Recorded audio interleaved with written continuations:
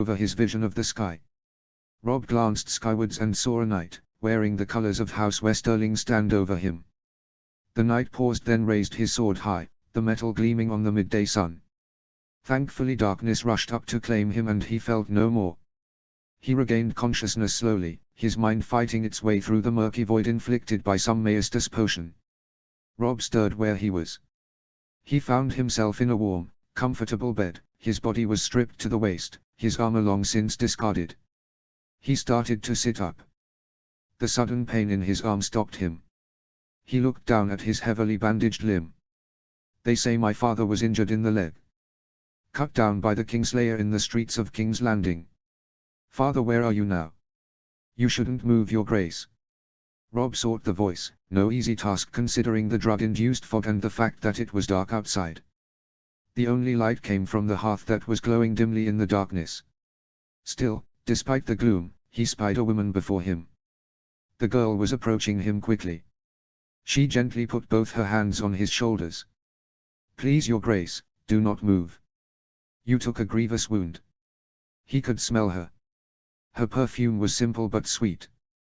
The girl's hair was pulled back, allowing him to have an unobstructed view of her face, which was pretty, in a plain sort of way. Where am I? He croaked through dry lips. You're at the crag, your grace. The girl's face was serious, a mixture of concern and fear. Where are my men? Did we lose the battle? No, your grace. The girl bit her lip slowly. House Stark now rules here. Rob shook his head to clear the fog some more. And who are you? What is your name? My name, your grace. The girl said, curtsying low. She refused to meet his eye, keeping her gaze fixed firmly on the floor. Yes, Rob said, feeling a small measure of strength returning to him. Who are you? He repeated. I'm Jane, your grace. The girl said, curtsying still lower. Jane Westerling. Chapter 29, Tyrion 6. Chapter text. The air smelt of burnt meat. The pain was a fire in his flesh. Every movement was an agony. He had never known such pain, and he prayed to the gods that he never did again. The Maestus potions had helped. Some. But the festering wounds were still weeping, the bandages needing to be replaced twice a day. The discarded fabric was matted with pus, burnt skin and congealing blood. It made Tyrion wince to think about it. If that's what's being taken away, gods only know what's left below. During the many hours spent alone, Pod being sent away by Pycelle to allow his master to recuperate, Tyrion had contemplated his wounds. How did Clegane stand it? Half his face was melted off and he'd borne it for years. No wonder he looked on the world with such murderous intent.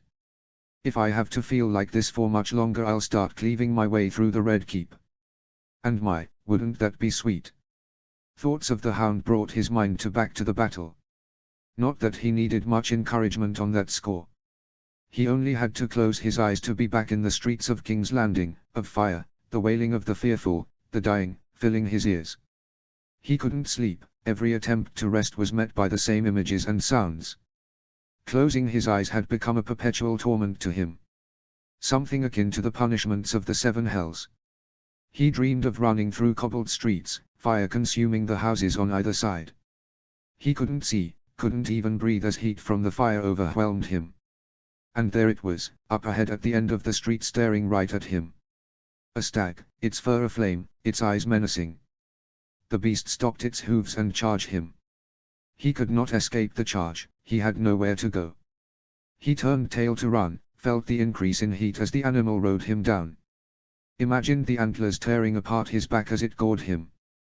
His world becoming nothing but pain, fire and the sound of his screams. Tyrion usually woke at this point, usually crying out into the darkness, his body drenched in sweat, his body heaving with remembered pains. The first time he had woken with a start, and this had served to open all his back wounds, from neck to pelvis.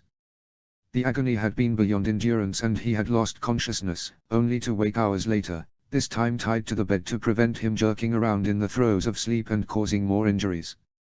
Tyrion had been truly frightened then. If death comes for me, I refuse to be tied up like some chicken for the pot. He'd raged at the Maester for hours, but it got him nowhere. No doubt Cersei or Joffrey are laughing at the thought of the wounded imp helplessly trussed up like a kidnapped victim. God's all that's missing is the gag. Eventually Pod had been convinced to release him. The boy had been stubborn, refusing to obey even under threat of castration. Boy knows I'd never do it. I owe him far too much to ever injure him. However, after many attempts, Tyrion had managed to convince his squire that movement was beneficial and that his dreams were better, that he slept easier now and was unlikely to injure himself in his sleep. Good to know my skills haven't deserted me. I still lie with distinction. Tyrion looked wryly at the ceiling, gritting against the ever-present pain.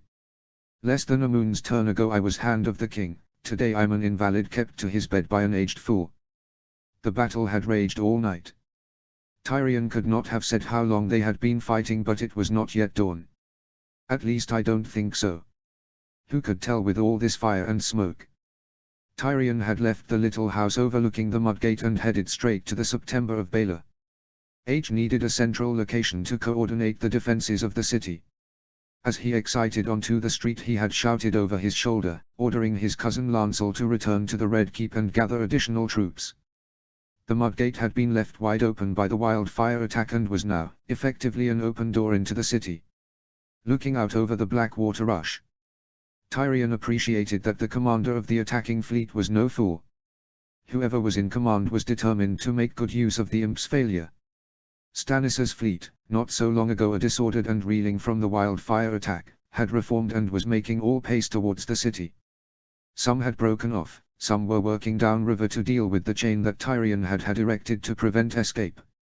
Others were making for the far bank of the river, no doubt to rendezvous with some of Stannis's soldiers and ferry them across the rush to join the fray. One day Tyrion would work out exactly how the events of this evening had transpired. His plan with the wildfire had worked. The explosion had occurred exactly as he thought it would, its fires obliterating all in its path. Then, unaccountably, the fire stopped and changed course, smashing the northeastern wall of the city, driving all before it and causes parts of the wall itself to collapse. Could have been a change in wind direction. No, that's ridiculous. Even if the wind had stopped the fire it would not have held it still in midair for a few seconds before unleashing it the way it came. Tyrion knew he would devote a lot of time to puzzling this all out, but he knew that now was not the time. Deal with the situation before you start worrying about things that have already happened. Tyrion had led a group of men to the Great September. It had been hard going, pushing through the throng of panicked small folk who, realizing the danger of the fires, and left their homes and taken to the street. However, through the noise and confusion there was no escape. Ordinarily, Tyrion would have ordered the peasants of the street, but they had nowhere to go. The city was under siege and half the buildings were aflame. It would be pointless to try and bring order to the small folk here. No one was going to stay in their home and wait for the fires to reach them and cook them alive. Besides, he didn't have the men to spare to corral the people while trying to fight an attack from the outside. Tyrion co-opted a small house almost at the top of Visnyas Hill, turning it into a makeshift headquarters so that he could try and coordinate the fight Stannis's attackers whilst, at the same time, arranging the city fire to be brought under control. Tyrion knew that if he failed here it was likely that the wildfire would burn the entire city to the ground. Fight two colossal enemies at once. Well, I always relished a challenge. He had a good view of both the western wall with its three principal gates and, if he turned the other way he could see the ruin of the Mudgate smoking in the night's air. Tyrion had ordered all available soldiers to the western wall. Stannis had divided his army and crossed the Blackwater with over half his men. Once safely over the rush the army had turned, spread out and attacked the western wall at three gates at once. Oh, what it must be to have numbers on your side. Sir Jacelyn Bywater, commander of the City Watch, had sent a messenger to Tyrion saying the walls were holding but that they would be overwhelmed in time. The attack was just too disciplined, the other side had too many men. As men trooped past following his order, Tyrion could do nothing but watch the battle in despair. Even under normal circumstances the city garrison would have been hard-pressed to deal with a full-on assault of the walls. 1-2 fronts at once the city was doomed, especially with one front's defenses all but gone. Tyrion had considered falling back to the Red Keep. Its high walls and defenses were designed to keep invaders out. Normally, Tyrion would have relished the chance to retreat to somewhere safer but for two things. First, Tyrion wasn't utterly convinced that the Red Keep actually was a safe place to fall back to. While the keep loomed in the darkness, a beacon offering tempting him with the offer of safe haven, the imp was concerned about the fire. He knew that something profound had been seen in Blackwater Bay tonight. In his dark recesses of his heart, Tyrion had begun to believe that, somehow, Stannis had gained control of the elements. Of fire itself. He could think of no other way that the fires had moved as they had. Probably from that fiery priestess of his. Either way, Tyrion was not about to shut himself up in a castle when there was fire around. High walls made of strong stone make no difference when fire's involved. Just ask Harren the Black. No, I'd rather take my chances in the city where there is slightly more ability to move. More likelihood of escape. The other thing, falling back to the Red Keep would doom the populace of the city to Stannis's army or the flames, whichever got to them first. As much as his father would have disdained the idea, the Hand felt a responsibility to the people of this city. Try as he might, he could not abandon them. This city has suffered far too much already due to the actions of a Lannister. I will not add to that. From his little house, Tyrion began to issue commands. Whilst the city garrison rallied to the western wall, under Sir Jocelyn's command, the Hand sent messengers back to the Red Keep ordering that any reserves from the castle be sent to hold the ships off. And for fuck's sake, try and get the wildfire out in the bay lit again. Tyrion had shouted after a fleeing messenger whose face was black from the smoke. If we can distract the enemy, keep his fleet away from the hole where the Mudgate used to be, then we can redirect troops to deal with Stannis's main force. Word quickly filtered back to him that Lancel was leading a small force down to the Mudgate. The imp had breathed a sigh of relief. Hopefully they can hold the fleet's men for a little while. Abruptly Tyrion had turned to question his subordinates. Has anyone seen the Hound? No, my lord. A young squire said between taking large gulps of water from an offered tankard. He's not been seen since the Mudgate went up. Fuck. He was supposed to lead the sorties to deal with the bastards coming off the ships. Apart from Sandor Clegane, only Sir Jocelyn and the Kingsguard were experienced knights used to commanding men. Tyrion knew he had others in his command, but, truth be told, he trusted none of them. Plus the Kingsguard had all been ordered to return to the Red Keep to guard the king. Well, I hope the little ingrate is comfortable. Be nice to know he's enjoying the time he has left before Stannis mounts his head on the city walls, assuming there's anything left of the walls, of course, after the enemy is done with them. Bronn was an experienced fighter, but it had been his job to light the wildfire. Tyrion had not seen anything of the sellsword since. Probably won't either. They say the rats always leave a sinking ship first. Tyrion had a horrible feeling that he might have to lead some of the sorties himself when Sir Mandon Moore suddenly entered the room. The knight was in full Kingsguard armor, his helm tucked into the crook of his left arm. The man was sweating, but his face displayed no emotion. My lord, he said brusquely, I have been ordered by the king to fight by your side, carrying the royal banner. Fantastic. Tyrion sighed. There is nothing else for it. He made his face inscrutable. Very well, Sir Mandon, you're with me. With Sir Mandon by his side and his stomach cramping in fear, Tyrion linked up with Lancel's force, and had led several sorties that night. He had used the fact that the rubble that was once the Mudgate prevented Stannis's soldiers from forming ranks and had them peppered with arrows as they picked their way over the stone debris. Then he had his men charge the thinned-out ranks of the invaders just as they arrived on the city cobbles. While his tactics was met with initial successes, the numerical advantage of the enemy force began to tell. Slowly but surely Tyrion began to lose men. Just a few to start off with, and then it seemed like men were dying left and right. Tyrion saw Lancel go down, an arrow buried deep in his gut, his handsome face a rictus of pain. Tyrion had been forced to abandon his cousin in the street as, with an inevitable slowness, the defenders were pushed back into the city. Tyrion could see that the enemy now had the eastern wall. The troops filled out on either side and were now forming in the streets. Tyrion led his men in a holding action as they were forced down the street of steel. No hope of getting to the Red Keep now, even if I wanted to. We're completely cut off.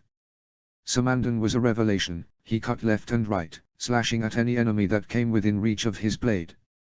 His white enameled armor soon became splashed with blood, none of it his own, yet still the fire glinted of the polished steel as bright as ever as he cut into the ranks of the enemy. Gods, he's like death in snow-white silk. Tyrion had only seen few proper fighters in his life, Bronn and the Hound amongst them, but Armandan was a cut above. What one would expect from one of Joffrey's 7, I suppose. Samandon fought alone. The other men following Tyrion seemed in awe of the knight, but he did not lead them, fighting very much as a solo act rather than as a unit. Tyrion would have pointed out the folly of that were it not for the fact that the member of the Kingsguard was the only thing keeping them alive. Even with Samandon's efforts, Tyrion's force was pushed all the way up the Street of Steel until they reached Visnyas Hill. Gods, I was here just a few hours ago. It feels like a lifetime has passed since then. More men joined Tyrion's force and they fought for every step. The imp was not much used to the fighting now. He was tired, everything ached, and he did not believe that he could lift his sword arm anymore, even if they offered him all the whores in the city as a prize. I could be offered them, but all I'd want is Shae. A soldier had pushed Tyrion away from the front line, the better to keep their commander safe as the fighting resumed. Besides, I'm nothing but a hindrance. Everywhere was chaos. The fire had spread to the houses along the street here now. The house that Tyrion had been using earlier was aflame. Everywhere was death and destruction. My lord. Tyrion turned his weary head. Yes, Pod. What is it now? He waved a hand at yet another wave of enemy men running up the street toward them. I'm rather busy. The boy looked at him wild-eyed. My lord. The boy gulped. The western wall has fallen. The enemy is through the King's Gate. The bastards from the Mudgate must have got through and attacked the defenders from behind. It won't be long before the other 2 gates fall, and then they'll be all over us. Tyrion nodded grimly. There was nothing to be done now. They would soon be overwhelmed on all sides. Back! Tyrion screamed to men. He resisted the urge to cough. Back! Get up the hill! The imp turned to Pod. He seized him by his armor, pulling the taller boy down to his eye level. Pod! He hissed. Did you get word to our friends? His squire nodded vigorously. I did, my lord. The fire arrow was sent out. They must have seen it. Very good, Pod. Tyrion sighed wearily. He released the boy. I have one last order for you. Probably the last I'll ever give you. Podrick Payne straightened visibly, tears sprung from his eyes. Must be from the smoke. Yes, my lord. Tyrion smiled up at him. Stay alive, eh? He patted the boy's arm. You're a good squire, Pod, you don't deserve to die here. Not for me. Pod's face firmed. I won't leave you, my lord. Stupid boy. Don't be foolish, Pod, get out now. Take off your armor and go hide somewhere in the city. No one knows you, and if they did, no one will bother to look. Pod shook his head furiously, gripped a sword tight in his hand. Tyrion doubted the boy had ever held a weapon in his life. I am your squire, my lord. Pod said vehemently.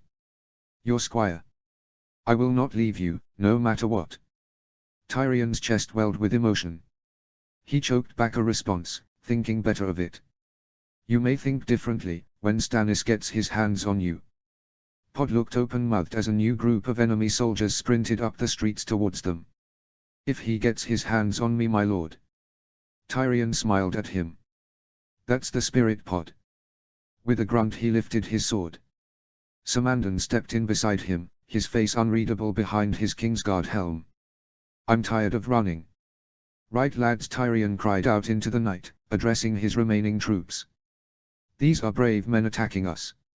Stannis' men surged up the street, screaming with battle lust. Tyrion spat on the floor. Let's go kill them. A beleaguered cry went up from Tyrion's remaining men as they met the incoming threat head-on. Tyrion was pushed back by the weight of bigger men in front of him. He couldn't see anything in the tumult. Something came at him from the side, toppling him from his feet and dropping him to the cobbles.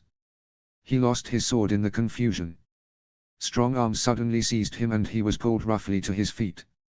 Tyrion looked into the grim, battle-hardened visage of Bronn. The man looked at him. What in the 7 hells would you do without me, dwarf? Had he been close enough, Tyrion would have gleefully kissed the man. Where the fuck have you been? The sellsword smiled thinly. Is that the fucking gratitude I get for saving your damned life? Tyrion was unimpressed. I could have used your help hours ago. I'm trying to save a city here. Bronn grunted. All right, calm down, your majesty. I sent you bloody fire arrow, didn't I? Well, at least that's something. He was about to say something in response to that when, abruptly, Bronn spun, pulled a dagger from his belt and buried it deep into the exposed throat of an enemy warrior who had been attempting to attack him from behind. Bronn yanked his weapon to the right and used his victim's own momentum to wrench the dagger out of his throat as he fell to the floor. Bronn turned back to regard him coolly, whipping the blooded blade his sleeve. You were saying? He asked, all business. Tyrion again opened his mouth to speak, but, again, he was cut off by the sounds of horns. A cacophony of sound filled the air. They are here. Tyrion looked around him, addressing the last few men he had left. Right, lads. Make for the Great September. If I can just keep us alive for a little while longer, then maybe we can survive this. As men started to run past him, he reflected. And if we don't, at least we'll be closer to the gods when we go. Tyrion made to follow his retreating troops. He ran as fast as his legs could carry him. Within a few moments he was near the Great September, its domed white roof standing out in stark contrast to the night sky. Even here there were buildings in flames. As Tyrion paused for breath, the building next to him went up in a road of wildfire. He leapt back as green flames licked up the wooden facade and devoured the material within. He tore his gaze from the building to see Samandon a little way away from him. The man was silent, watching. Like a predator stalks its prey. Tyrion shuddered, tried to shake the thought from his head. Where had that idea come from? Samandon, I. With no warning, the Kingsguard lunged forward and struck at Tyrion. The flash of steel was all Tyrion saw as he lurched backwards to escape the blade. The sword had been aimed for his throat, but Tyrion's sudden actions meant that the blade went by and opened his cheek instead. He felt the pain but had no time to process it as he fell backwards towards the burning building. Without being able to stop himself, Tyrion struck the side of the house. The section of wooden wall, already weakened from the flames, gave way and he collapsed inside the structure itself. Tyrion had time to look up to see some of the ceiling shudder, heard the wrenching of wood being pulled out of position, and then had one's last sight of the building's roof rushing up to meet him. Then everything was blackness. He had woken 3 days later, in a room that was not his own, covered in bandages and as thirsty as someone who's been left to walk the Dornish desert for weeks on end. Pod and Bronn had been in attendance. They had filled him in on recent events. Samandon Moore's treachery had been spied on by them both as they had clambered up the street ahead of Tyrion. They had seen the Kingsguard slash at their master. Seen blood drawn and the imp, off balance, fall through the wall. They had raced to aid Tyrion. Bronn had attacked Samandon from behind. Pulling the knight's head back to swiftly bury his knife through the visor's helm and deep into the brain beneath. Samandon had jerked a few times and then fallen swiftly to the muddy streets. All without saying a word or uttering a cry. They had searched but been unable to see Tyrion in the flames. Bronn had been ready to give up on the imp. The sellsword looked down on Tyrion from above. Sorry my lord, but you don't pay me enough to wade into a burning building for you. Said without any shame or sense of regret. None taken. Tyrion croaked, it paining him to speak. Pod though, Bronn said, slapping the blushing squire on the back. He was having none of it. Got straight in there he did, pulled you out the building with his own bare hands. Tyrion smiled gratefully at the boy. He struggled upright in his bed. How bad is it? Bronn's smile faded. It's bad my lord. Your face will heal, no problem there, though you will be sporting a nice scar. Tyrion's hand reached up to his face. Though it was heavily bandaged, Tyrion could feel the deep gash within. Thankfully he was so full of milk of the poppy that he couldn't feel the pain. And the rest? Tyrion said, knowing that could not be all of it. Bronn looked wistful. Your back's a fucking state. He slowly rolled his shoulders and stretched the back. The pain that greeted him was breathtaking. How did it happen? Bronn finished slowly. Did you hit your head? You went through a burning building. Pycelle thinks that your armor protected you from the worst of it, but essentially you cooked inside it. Tyrion curled his toes. Thank the gods I'm not a cripple. Grand Maester thinks it must have been the wildfire, it's got different properties to normal fire. He's got no idea if it will heal. Marvelous. Tyrion closed his eyes, breathed deeply, willing away the pain. I'm so sorry my lord. Pod spoke up for the first time. If I had been quicker, perhaps you might not have been so badly injured. Don't be ridiculous, Pod. Tyrion said. If it weren't for you I wouldn't be here at all. He began to think about Sir Mandon's attack. Who had ordered him to attack me? The man and I had no grievance.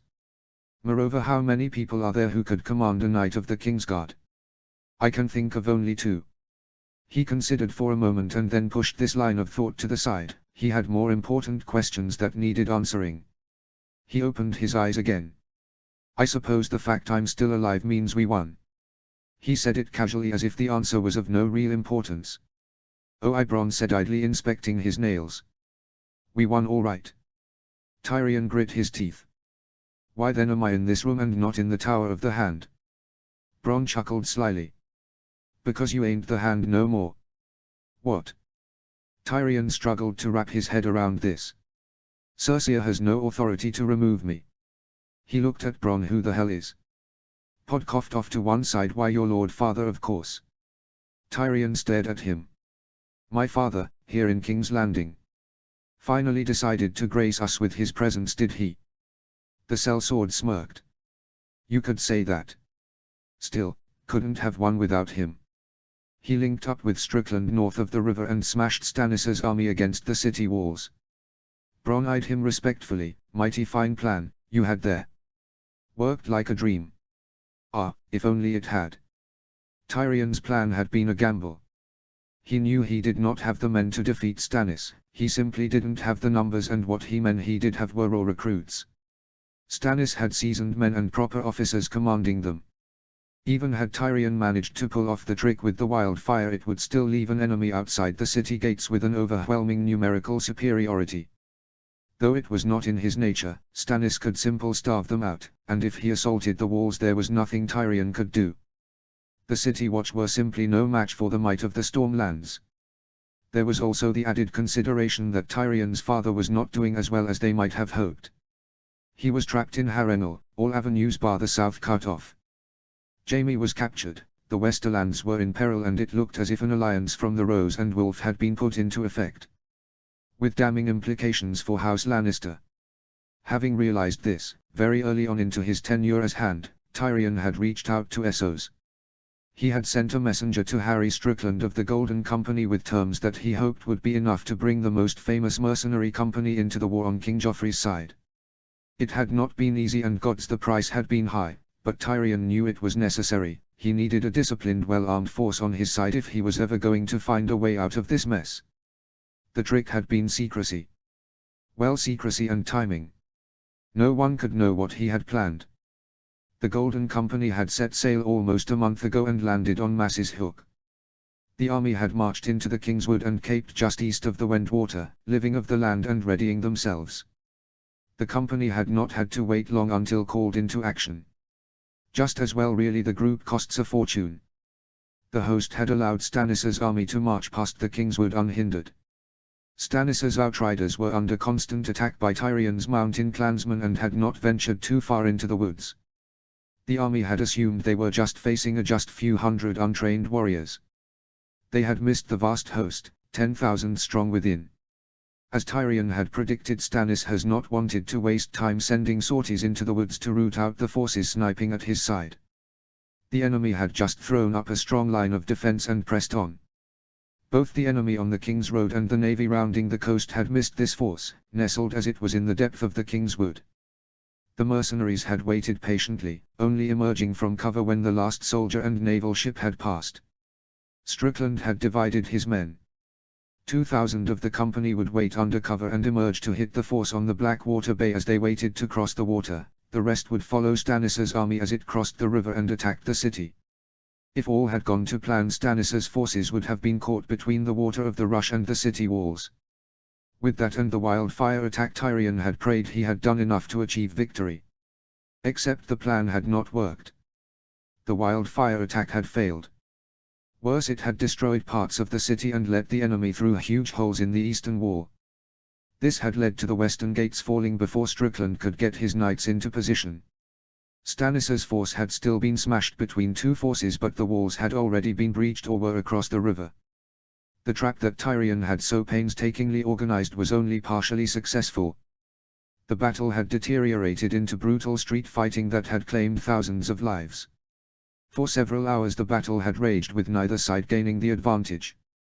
Lord Tywin Lannister's arrival had swung the scales in the defenders' favor. All 20,000 men of the host thought to be at Harrenhal poured into the city and set upon the Baratheon forces. By sunup the city had been made safe and Tywin Lannister was being hailed the victor of a mighty victory. Tyrion could have wept at the injustice of it all. His father had swooped in at the 11th hour and taken the victory for himself, leaving him to wallow in some basement somewhere, stripped of his position and denied the role he had played in the victory. If I had not done what I had, then father would have arrived just in time to see the Baratheon standard being raised over the Red Keep. There was a long silence. Eventually Tyrion spoke. What of Stannis? Please tell me we killed the bastard. Bronn shook his head. The dead are still being accounted for, he said. But it looks as if he was able to pull a portion of his men out of the city through the big fucking hold where the Mudgate used to be. We think he got to his ships and sailed out. By that point that chain you built had been cut and at least half his fleet got clean away. Fuck. The silence returned. Tyrion tried to think. When is a victory, not a victory? That's the conundrum the gods have seen fit to set me here. Pod looked concerned as he stepped nearer the bed. What would you have us do, my lord? Tyrion let out a pained sigh. What indeed? Still, he should be grateful he was still alive and still had his mind. He was still a Lannister, a member of the royal family. He had a lot going for him. Now, if I could only stand. The heavy doors swung open and he limped into the room. His cane rapped on the solid stone floor, the sound echoing along the high ceilings like a farcical accompaniment to his progression through the room. Between that and the sound of the wooden doors closing behind him, Tyrion's hope of making an unobtrusive entrance to the council chambers were well and truly dashed. Well, father always did accuse me of wanting to be the center of attention. And there he was, sitting at the far end of the room. Tywin Lannister, Warden of the West, the Lord of Casterly Rock. Oh, and the King's Hand. Let's not forget his newest title, Savior of the City. No, let's not forget that latest farce. Tyrion's father sat straight-backed at the head of the council table, festooned in a doublet of the finest red silk. The badge of the King's Hand, up until recently Tyrion's, proudly borne on his chest. It had been some months since Tyrion had last set eyes on his sire. For someone who's been living in the ruin of Harrenhal or on maneuvers with his army, he looks quite well rested. Tyrion suspected that this might not hold true for the rest of Lord Tywin's men. No doubt the army was exhausted from the forced march to King's Landing, while their lord and master slept comfortably in soft beds and had the choicest food from the kitchens. Well, if they think that that will change now they've reached the city, they are in for a rude awakening.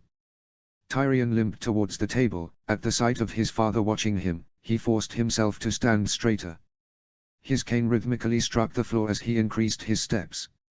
He felt the skin of his back stretching with the effort. He fought against the pain in his back, wishing he's been wise enough to take up Pycelle's offer of milk of the poppy. It had seemed wisdom at the time. I needed my mind clear, but gods, it hurt. Why is it the table seems so far away? I have such bloody little legs as it is. Gritting his teeth, Tyrion forced himself onwards. By now the entire table was watching him, following his slow progress with their eyes. Oh yes, look at the crippled imp, you bastards. The only ones who seemed to have sympathy for his plight was Varys and his uncle Kevan. The eunuch watched from some way down the table, a look of pained compassion of his face. Not pity. No, Varys knew better than to show that.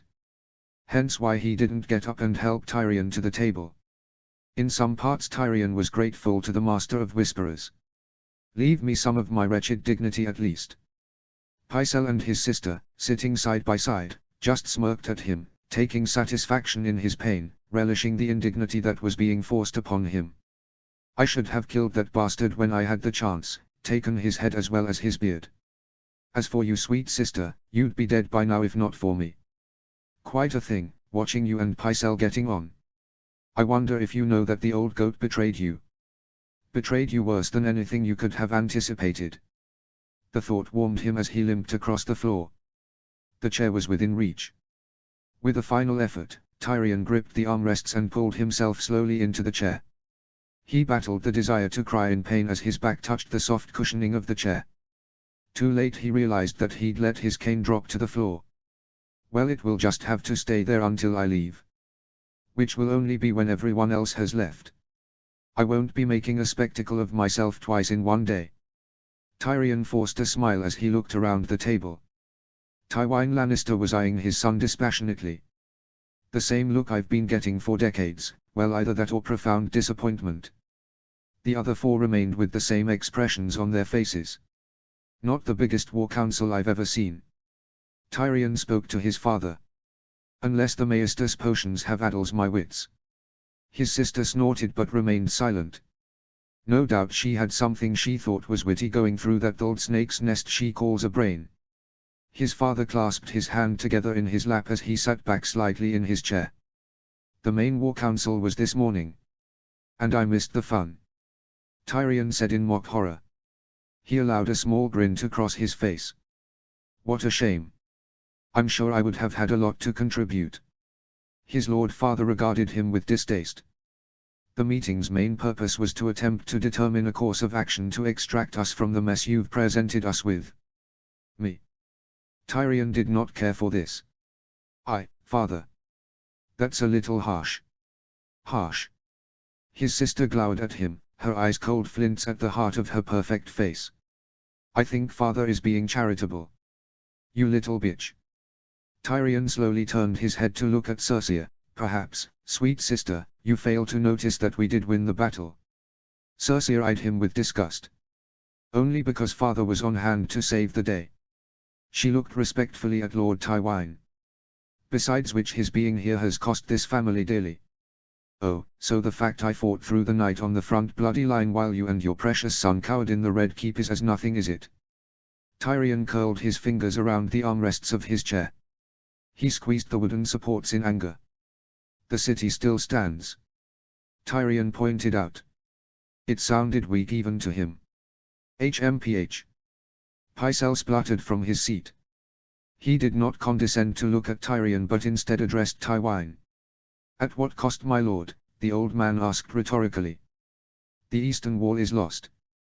The entire outer wall will need tearing down and replacing. We believe that almost half the city's population have been killed or maimed by the fires or Stannis men. The aged Maester shuddered as if shaking of the image of such horrors. The capital hasn't known such destruction since the rebellion against the Mad King.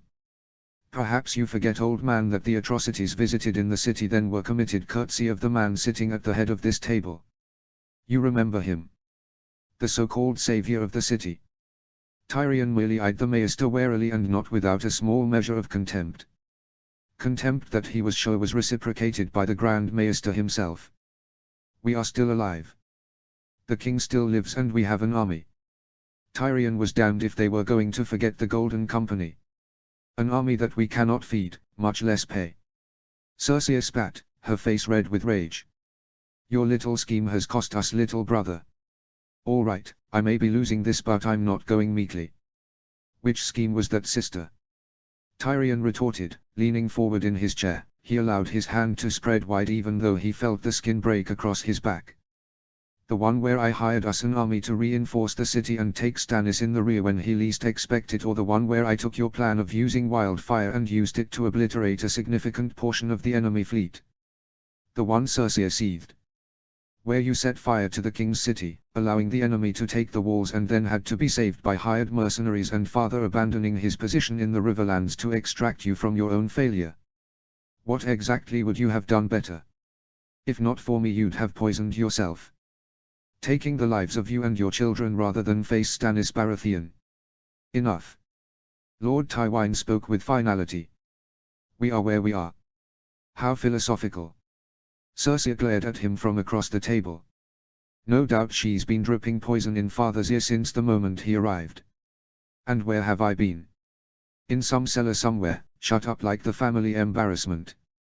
What matters is what we do going forward. Tywin Lannister said, his voice calm, almost bored. Surely this matter would have been decided earlier. At the War Council. Tyrion looked from one side of the table to the other. He got no reaction from Varys, Cersei, Kevan or Pycelle, so he turned his full attention onto his father. As always, Lord Tywin's face was an inscrutable mask, giving absolutely no hint of what was going on behind those cold eyes. He might have been planning mass murder or simply pondering the ingredients he's need to bake a cake. We'd never be able to tell, though given its father my suspicion would be on the former. How many of City Watch have we left? Tyrion asked. How many men did I get killed? Kevan spoke softly. At least 5,000 of the City Watch are unaccounted for. Some no doubt fled the battle and may rejoin us later. I want them killed. Cersei snapped, looking at Tywin. Their cowardice endangered the king. Varys shifted in his seat. As we discussed this morning, my lord Hand, might it not be better to send the men to the wall rather than simply kill them? The cold north is perhaps punishment enough. Tywin eyed the eunuch reproachfully. I have given my directions. If any of the watch survived and are caught trying to rejoin their unit, then their legs are to be broken and then thrown onto the street. All will see the cripples and know the price of cowardice. Oh, how fitting, father. On the one hand they live, on the other you get to make an example of them. Kevan nodded at his brother and looked back at Tyrion. As you can see, the City Watch paid a grievous price. We have perhaps 2,000 able-bodied men to guard the city. Though, Kevan grimaced in apology, there is now less of the city to guard than before. Would you prefer Stannis had one uncle? What of the Golden Company? Tyrion asked. His uncle quickly consulted a scroll in front of him. Harry Strickland has reported the loss of 2,000 men. A fifth of their number. Still, that leaves them, and us, with 8,000 fighters. We lost 3,000, Kevan Lannister continued, though that was also the combined losses of both the battle here and our skirmishes with Edmure Tully in the Riverlands. Oh, really? Did my lord father try to break out of Harrenhal only to be repulsed by the brat of Hoster Tully? Tyrion could have smiled if he wasn't in so much pain. Things, it seemed, have not gone well for the northern Lannister army since Tyrion had been sent south. All told, Kevan finished. We have a host here of around 25,000 soldiers. Joffrey has commanded you use that host to attack Storm's End. Cersei said, deliberately not looking at her father. He is outraged by the destruction that has taken place here and feels now the time is right to hit the Baratheons where it really hurts, in their ancestral home. Does he? Tywin Lannister's voice was cold. His eyes were fixed on his daughter. He does. Cersei said with a measure of defiance. Stannis' army and navy were both routed. His entire force is in disarray. If we hit back now, that we can destroy his forces before he can regroup. The Queen chanced to look at his father, who had not moved nor said a word. Plus, she added, rushing over her explanation, denying Stannis Storm's End will rob him of a base. Tywin said nothing. It was up to Kevan Lannister to fill the silence. What do you imagine the Northmen will be doing if the entire garrison heads south to attack the Stormlands? If we act as the king suggests, we'd leave our own base vulnerable. Cersei flushed in rage. It was not a suggestion, uncle. Your king has given you an order.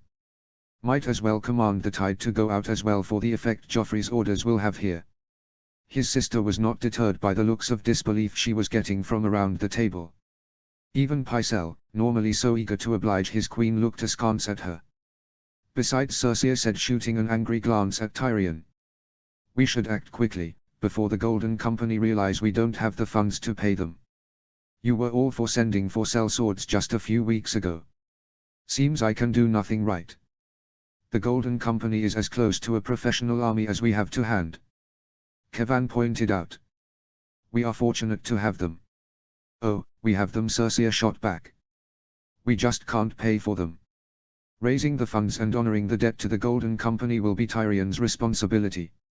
Lord Tywin spoke from the end of the table. Tyrion's stomach flipped. What's this, father? The hand of the king regarded him stoically. It will be your job to ensure that the Golden Company is paid. Tywin's eyes bore into his. In your new role. As Master of Coin. 7 hells. From his position he could see Cersei smiling smugly to herself. I had thought, Tyrion said slowly. That little finger holds that vaunted position. His father nodded in response. And he may well again in future. But Baelish isn't here, as you well know. Hung by my own rope. I'm grateful for your faith, but a lifetime of outrageous wealth has ill-prepared me for managing it. Even so. Tywin's face registered no emotion. You will fulfill this role. Tyrion closed his eyes in defeat. Of course, happy to serve. From hand to Master of Coin, oh how the mighty have fallen. His lord father scrutinized the rest of the table. Then that's settled. Cersei regarded him in shock. Nothing is settled. What about Storm's End? Tywin looked at her with a measure of surprise, as if only just remembering the king's orders. I will thank the king for his advice but inform him that, for the moment, the army will remain where it is. Stannis Baratheon's sun set on the black water, it will not rise to trouble us again. Cersei opened her mouth but no sound came out. Silent fury was etched into every line in her face. Tyrion realized with a surprise that his sisters hadn't been invited into the War Council earlier where, no doubt, troop movements and dispositions were discussed. Cersei had concocted a plan with Joffrey, and the Boy King, eager to reclaim his manhood after the battle, had been enraptured with the idea of capturing his father's home. The place that the king believed he had a birthright to. If only he knew. My apologies. Tyrion said from his end of the table, jumping in before Cersei could object. I seem to have missed this morning's meeting. What exactly is our next move? The war continues. Lord Tywin said with a curt finality. Is he jesting? How does he imagine we can continue to fight? Forgive me, father, but it seems to me that, as Master of Coin, the figures for that course of action do not add up. While Stannis might be finished, we don't have the soldiers to fight the Starks. His father stared at him, the expression making Tyrion flinch. Some wars, Tywin Lannister spoke, are won with soldiers. Others are won with words. Chapter 30, Catelyn 4. Chapter text. I'll be damned if I will give up my lands to Blackwood. Janos Bracken, Lord of Stonehenge, stood in the center of Riverrun's main hall and vented his anger at those in front of him. The man's fists were clenched at his sides, his eyes blazed with anger. Catelyn repressed a sigh. The discussion had been going on for hours and showed no sign of letting up. In many ways the conflict has been going on much longer than that, so perhaps I should just be thankful that I've only had to put up with a small part of it. She fought back her tears. And surely there are more important things than this nonsense. My lord, you must. A softer, more reasonable voice replied. Each side must make concessions in order for peace to be achieved. Bugger peace. Lord Barkin raged, spit flying from his mouth. He smiled slyly. We're at war, aren't we? My house has only recently recovered Stonehenge from the Lannisters, taken back lands that were stolen from us. I'll be damned to all 7 hells before I give up some of our lands to another enemy. House Blackwood is not your enemy. Queen Margaery said from her place at the head of the council table.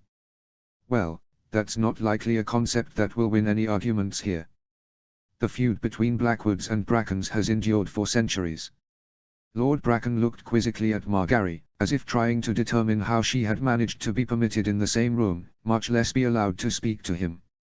With respect, my lady, I don't need you to tell me who my enemies are. You're talking to your queen, Janos. Best remember it. Lord Bracken turned on the speaker, snarling. What do you know of this Blackfish? You haven't even been in the Riverlands for the last 20 years. Brynden Tully, the Blackfish, stood to face the other man. Idly his hand dropped onto the pommel of his sword. It was a casual gesture, but the threat was clear. My heart is of the Riverlands, Bracken, same as yours. Besides, I remind you, my lord, that you swore an oath to obey this lady's husband. Believe me, Catelyn's uncle smiled tightly, that is an oath you will uphold. Bracken shrunk from the Blackfish's harsh tone. He seemed ready to make yet another attempt at an argument, but Margaery forestalled him. My lord, I implore you, look at the treaty I've had Maester Lewin draw up. It divides up the disputed lands equally between your two houses and proposes a union by marriage of the two families. Of your daughter Barbara to Bryndon, Lord Blackwood's heir. Your grandchildren will have a claim to the lands of both houses. Janos Bracken stood in silence for a moment, phrasing his response carefully, but his anger seemed to overawe his better judgment. With respect, my queen, I would rather be dead and rotting in a crypt than give my Barbara to Blackwood's boy. Caitlin looked sideways down the table at Margaery. I did warn you. Again the angered lord spoke, I say this with respect, your grace. No one here has a higher regard for your husband than I, but you are newly arrived in the Riverlands. You cannot be expected to know the history and traditions involved here. Bracken's voice dripped with condescension, how can you possibly be expected to adjudicate this matter? He talks as if addressing a small girl. Caitlin looked from Bracken to Margaery, who did not seem affected by the other's words, though she seemed to be considering them. I may be new to the region, my lord, Margaery said evenly, but it seems to me that this state of affairs cannot continue. In the king's, and Lord Edmure's, absence I believe I have the authority to suggest a course of action.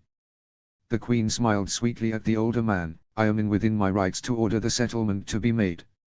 She left that hanging for a moment. Lord Bracken stared open-mouthed at her, anger radiating from him like a furnace. You would order us to give up land? Bracken spat, rage consuming him. Order me to marry my beloved daughter to Blackwood's spawn. Your two houses have done such as this before, my lord. Margaery replied doggedly. The two houses have been linked by marriage in the past. Much good did it do them. I could be wrong, your grace. Bracken said, gritting his teeth, but no sovereign, no matter how powerful, has the right to command a marriage.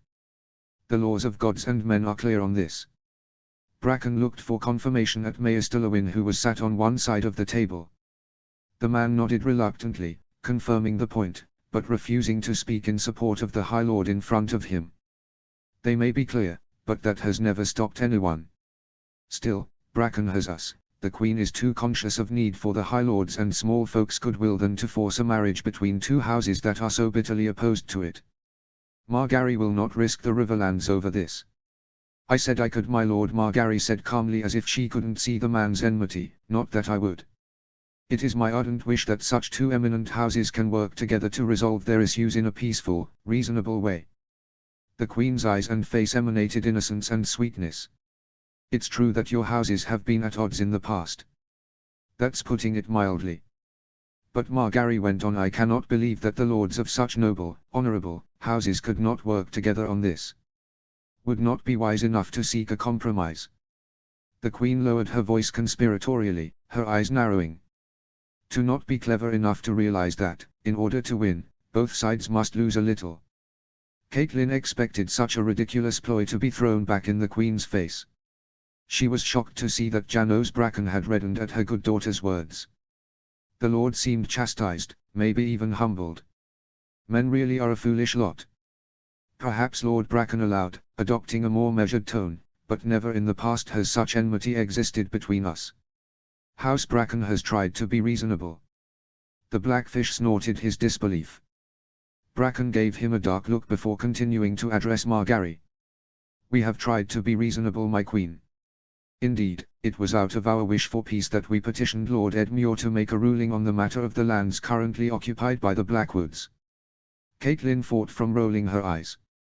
There was no one present who did not understand that Bracken had approached Edmure at this time hoping to capitalize on the new Lord Tully's inexperience and willingness to please.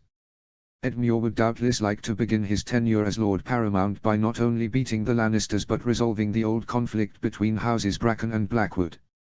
Caitlin allowed her anger to surface. The man means to profit from father's death. For that alone he should be denied. The timing of Janos Bracken's petition was also suspect in that Lord Blackwood wasn't at Riverrun to press his own suit. The whole thing stank. Thankfully Edmure had been indisposed and the petition had gone to Maester Lewin. The Maester had seen what was happening and taken the scroll directly to Queen Margaery, who had delayed discussion of it until the next war council. Until now. Caitlin wished she had had a painter on hand to capture Lord Bracken's face. He had entered the hall expecting Edmure to agree the terms of his petition, which on the face of it had seemed reasonable and proportionate. He had known that Titus Blackwood had arrived the day before, but he was not present in the hall when the council convened. Bracken had taken that for victory. That Blackwood had been enraged by the petition and had left in anger. However, Lord Bracken was taken aback to discover that Queen Margaery had taken it upon herself to draw up a new settlement of the disputed lands, one that was actually equal and fair both parties rather than just seeming so. Not only that, she had gone one step further by proposing to ally the two houses in marriage. Bracken was incensed. This had not been his plan at all.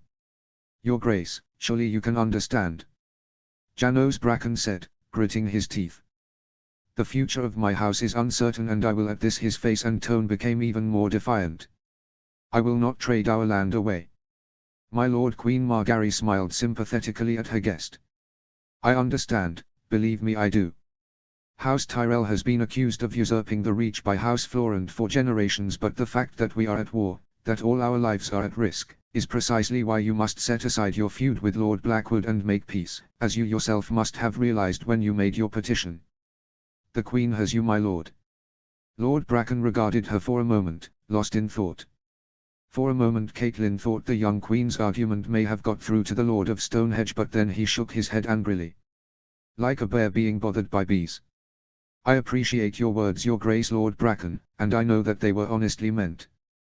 But I will need to hear this from Lord Edmure." The man held up a placating hand to stay the Blackfish, who had gone rigid with anger. "Besides," Bracken said, "I will need to talk the terms through with my family. My Barbara, for instance, will need to be consulted. I'll not sell the flower of my house like some peasant." Catelyn looked down the table at Margaery. The young Queen had a small smile on her face. Doubtless she is considering that was exactly what her father did to her. Still, she and Robb seem to be in love and appear suited to each other. "Gods be good." "Very well, my lord," Margaery said, standing from her seat at the table. The others followed suit. The Queen clasped her hands in front of her as she smiled. "Please do think on it. But, I pray, don't be long in doing so." Janos Bracken nodded stiffly, gave a perfunctory bow and then strode from the room. The heavy doors closed firmly behind him. Blackfish regarded the Queen, "That one will never yield to sense." "Perhaps," Margaery said, still looking in the direction of the departing Lord Bracken.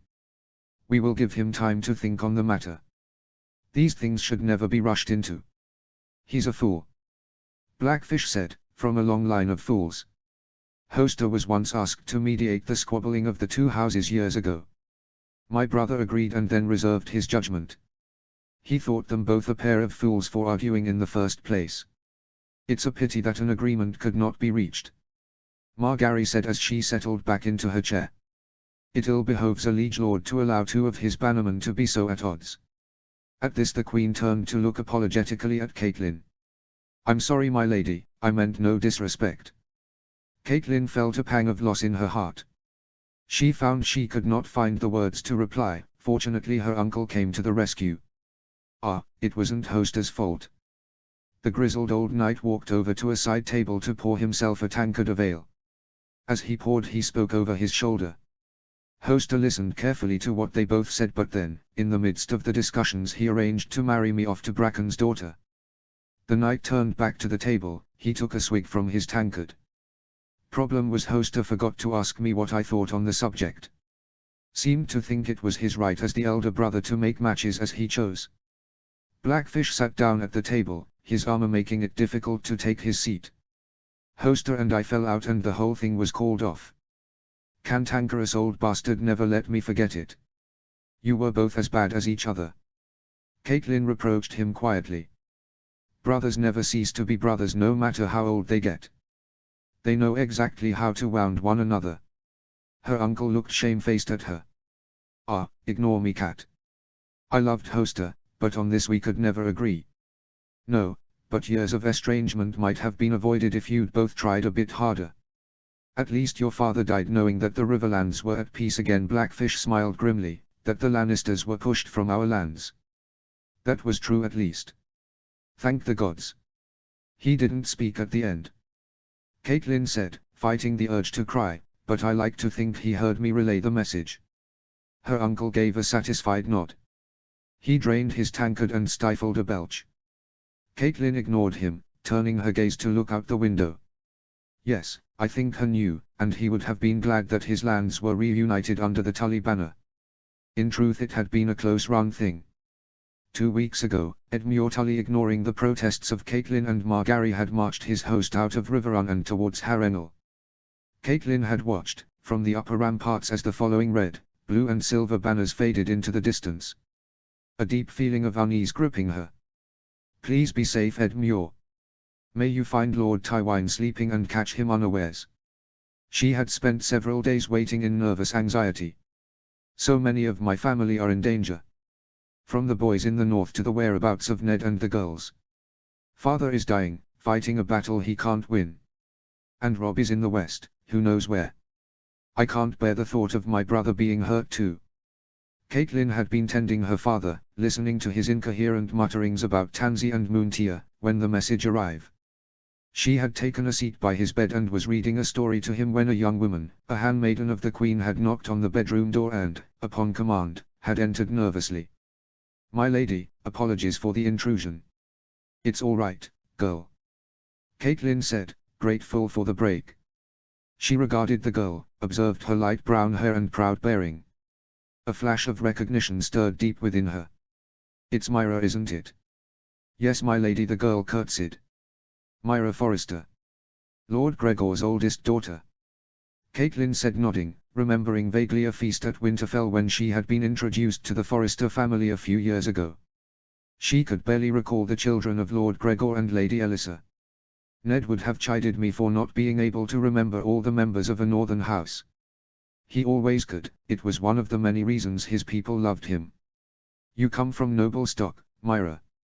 Caitlin carried on, shaking off the annoyance at her forgetfulness. My lord husband always speaks very highly of the Foresters of Ironroth. Myra's cheeks flushed with pride as her curtsy deepened. My father holds Lord Stark in the deepest regard, my lady. To think that Lord Stark thinks well of us would be the source of great honor to all of House Forrester. Caitlin looked into the girl's face. She detected no hint of deception or false praise. Strange, she serves a queen and yet still the use of Ned's name has power, is able to cause great joy. Hoster Tully mumbled something. Caitlin turned in her seat to watch him for a moment. When she was certain he had settled and did not want for anything, save a cure, she spoke again to the girl. What can I do for you, Myra? If you seek Mayor Stillowin, then I regret he isn't here. No, my lady, Myra spoke, coming out of her curtsy to stand respectfully in front of Caitlin. I have just come from Mayor Stillowin and Queen Margaery. It is you I have been sent to find. I have a message for you. She offered up a scroll. Caitlin could see that it bore the broken sigil of House Tully. Clearly Mayor Stillowin had received the letter, read its contents, and relayed them to the Queen. Margaery had clearly felt that the news was worth having Myra seek her out rather than waiting for a council meeting. Her heart missed a beat as she gingerly stood from her place at her father's beside and took the scroll. Within seconds she had devoured its contents. Caitlin looked up abruptly. Myra Forrester hadn't moved, she was smiling. Edmure has taken Harrenhal. Caitlin couldn't keep surprise from her voice. It seemed inconceivable. He has, my lady, Myra said, smiling brightly. How was this possible? Caitlin loved her brother but knew he wasn't the commander that Tywine Lannister was. Moreover, the Lannisters had a defensive position and greater numbers. Caitlin had expected Edmure to arrive at Harrenhal and, with a little luck when he saw what he was up against, beat a hasty retreat back to Riverrun. His reputation would have been hurt, but rather that than his person. Now it seems, the unexpected had happened. My brother's letter makes no reference to a battle. Did his host fight the Lannisters? Did he lay siege to the castle? Almost as she said, Caitlin dismissed the idea. There was no way Edmure would have been able to take Harrenhal in under 2 weeks, not with the numbers he had. I shall have to wait till the next council meeting to find out. Myra Forrester saw the consternation on Caitlin's face. She leaned forward slightly to speak. There was no battle, my lady. Lord Tywine had left the castle by the time your brother arrived. There was a small garrison, but they fled when they saw the army before them. Lord Tywine had left Harrenhal. Catelyn pondered this and could not fathom why that would have occurred. If the old lion had left his base of operations with his host, he must have had a reason. And it would not be because he was picking fruit in the countryside. A flash of panic went through her. The only logical explanation was that Lord Tywine had gone west to reinforce the Lannister homelands. Edmure will have depleted his forces defending the flanks so he could march on Harrenhal. With the host he has, Lord Tywine will be able to punch through to the Westerlands and take Robb unawares. Catelyn gripped the parchment in her hand. Robb must be told. She brushed past Myra and made for the rookery. "My lady." Myra Forrester hurried after her, alarmed at Lady Catelyn's reaction to what she thought would be pleasant news. "I have no time to explain myself to you, girl. I must inform the king," Catelyn said, not hesitating as she walked brusquely, almost running through the stone corridors. "Gods, let me be in time." Curse Edmure for his congratulatory tone. No doubt he got drunk after his victory and took his time writing to me, not appreciating that every second he tarried gave more time to Tywine Lannister to hurt my son. "There is no need, my lady," Myra Forrester said as she fought to keep stride with Catelyn. "Maester Lewyn has already sent word." This brought Catelyn to a halt.